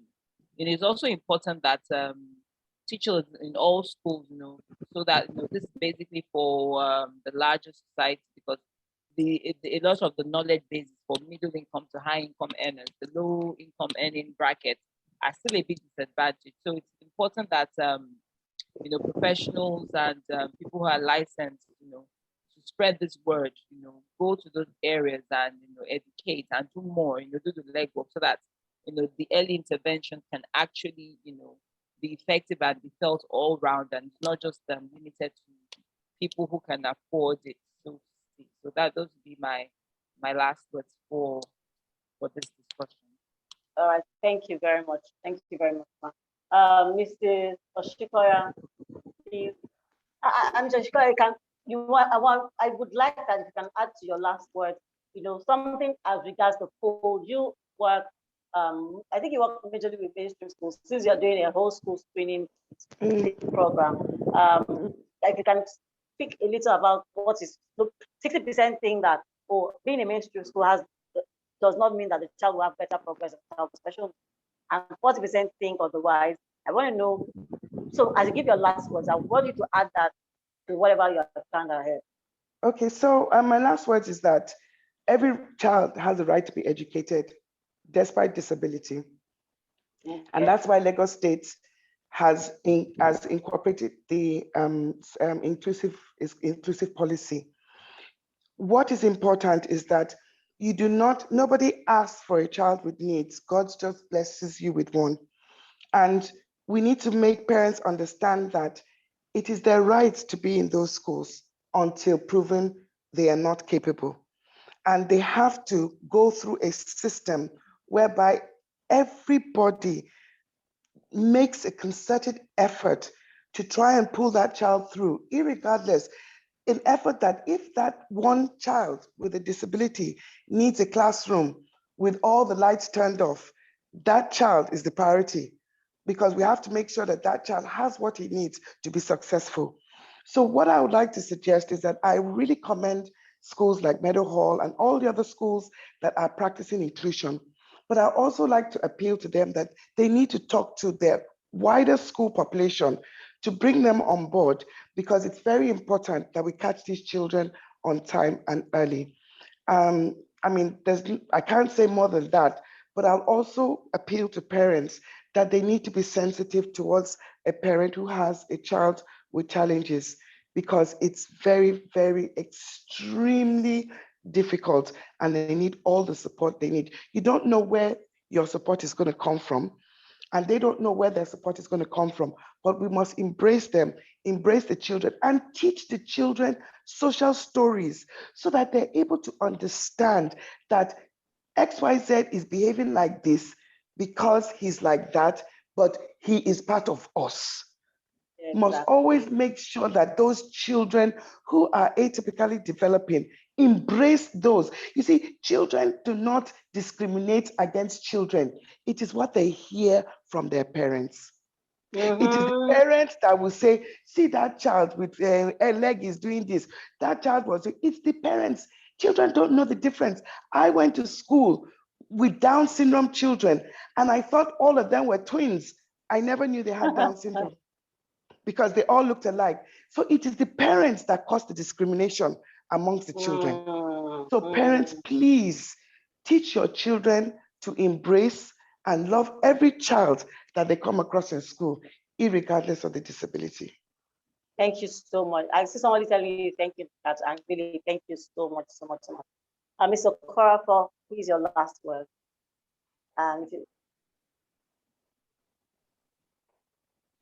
Thank you very much, Mr. Shikoya. Thank you, Mrs. Johnson-Davids. Thank you, Mrs. Okolo. Hopefully your husband should be back home soonest. Right. And thank you, Adelola, for the opportunity to speak again. I think as a last word, it's just for us to take all the learning points back to our respective corners, whether as professionals, as parents, as service providers. I think it's critical, whether you're here just for the information or anything. You've heard so much, right, in terms of early intervention, early diagnosis, autism, what it is about, and being able to empathize with families, being more accommodative, like my colleague would say. It's not a disease, right? It's a condition, it's a neurodevelopmental thing, and it is treatable, right? So the more information that we're able to get and share with other people, the better the society and more accepting for children with autism and other developmental disorders. We call them the invisible disorders. You have children that have specific learning disabilities also. We want a society that is more accepting, and we can only accept what we understand and are familiar with. So we've heard a lot today. So as parents, like Mrs. Okolo said, involvement is key. Involvement, nothing takes the place of your involvement, because that child will come home to you. You have a lot of opportunities to help your child generalize their skills, and talk about it, please. It's a lot of burden for you to bear alone. You don't know where your help is going to come from. Be able to speak about it. And I know it's very uncomfortable, because I might not be a parent of a child with autism, but I've taken children out, and sometimes you get those funny looks from people when the child is having a tantrum or having a sensory overload. So it's not the easiest thing when you have a child that has severe symptoms, but still take your child out. The child is your child. We want to encourage you. The more your child goes out, experiences the world, the more comfortable they get in the world, and the more accepting the world becomes of your child. So for my last word to all of us, thank you for coming on the program. Thank you for spending these 2 days with us.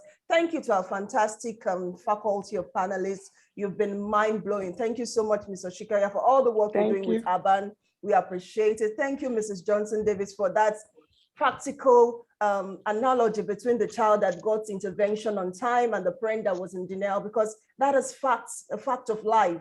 It's not us professionals coming to say, oh, this is right. It's not just what the science and the theory says. It is life. right? We don't want us to keep denying our children the opportunities that are there. So thank you very much for sharing that perspective. Thank you, Ms. Sokolo, once again, for sharing your story, for being bold to say, yes, my child had this and is in the process of recovery. So we appreciate all of you, and we trust that our society is better and well informed from all that we have learned in this period. Thank you.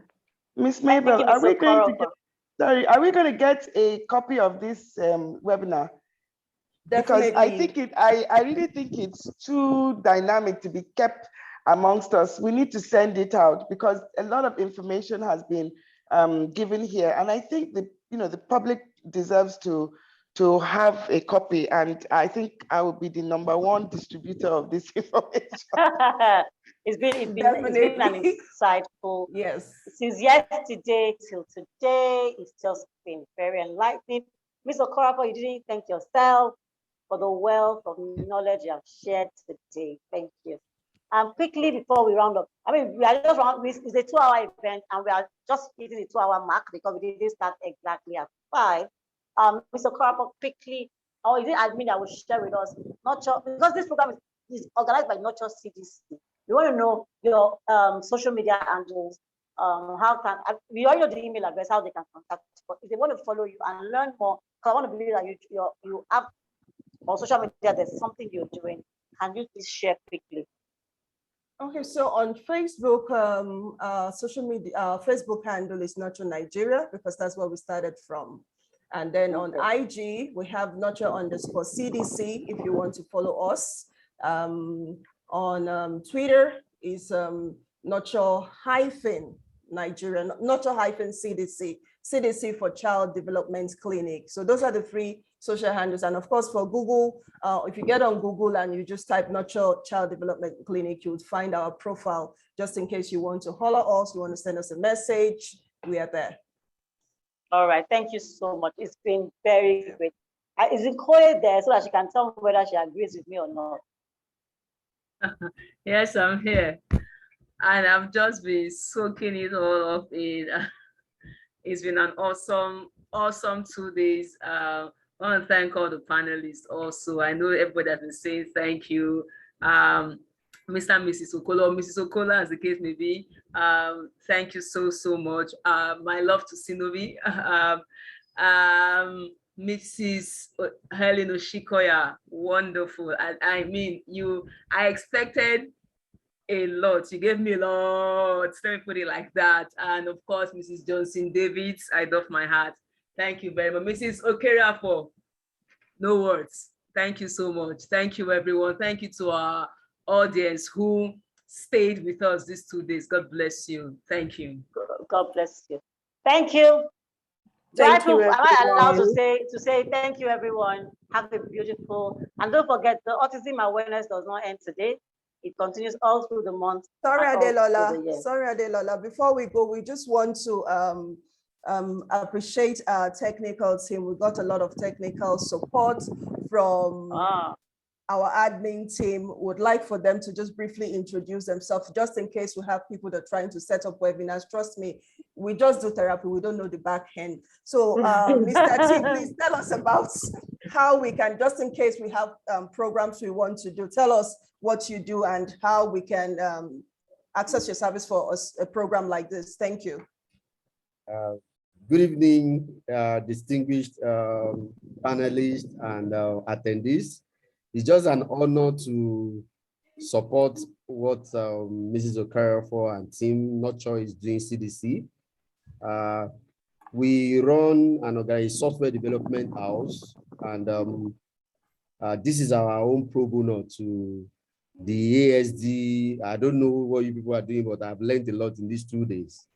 So the name of our company is Prananet Technology, Prananet Technologies. Can I put that in the chat room, sir?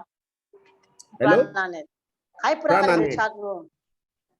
Okay, so I'll do that. I'll do that. Prananet. So, and we do software development. Anything we can help you do your startup development, software, anything you want.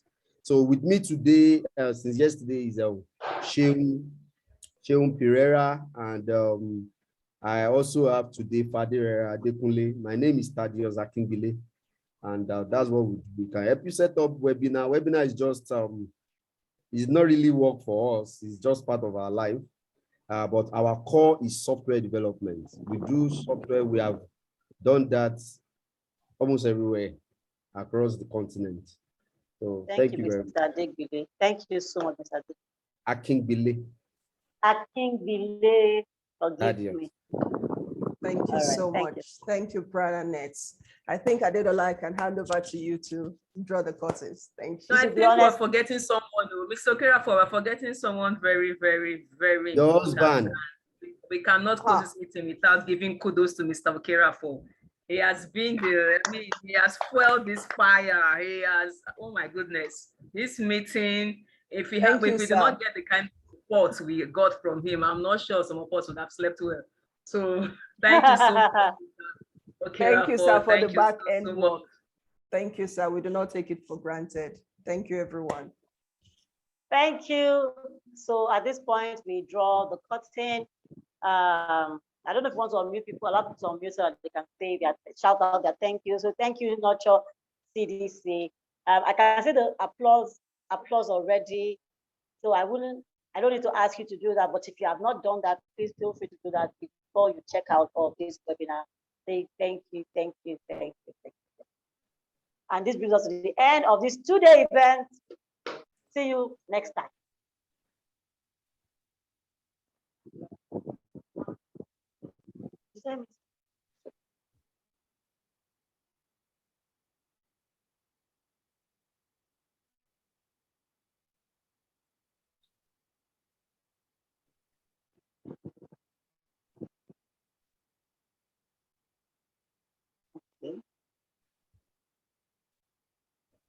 Mr. Crawford, can end the meeting, right? Some people are left, some people are still here. Yes, so admin, please help us, do us the honors. Thank you. Prananet. Thank you very much. Admin, we end. Bye. Some people will not go, so admin, please just end. Bye-bye, everybody. Thank you.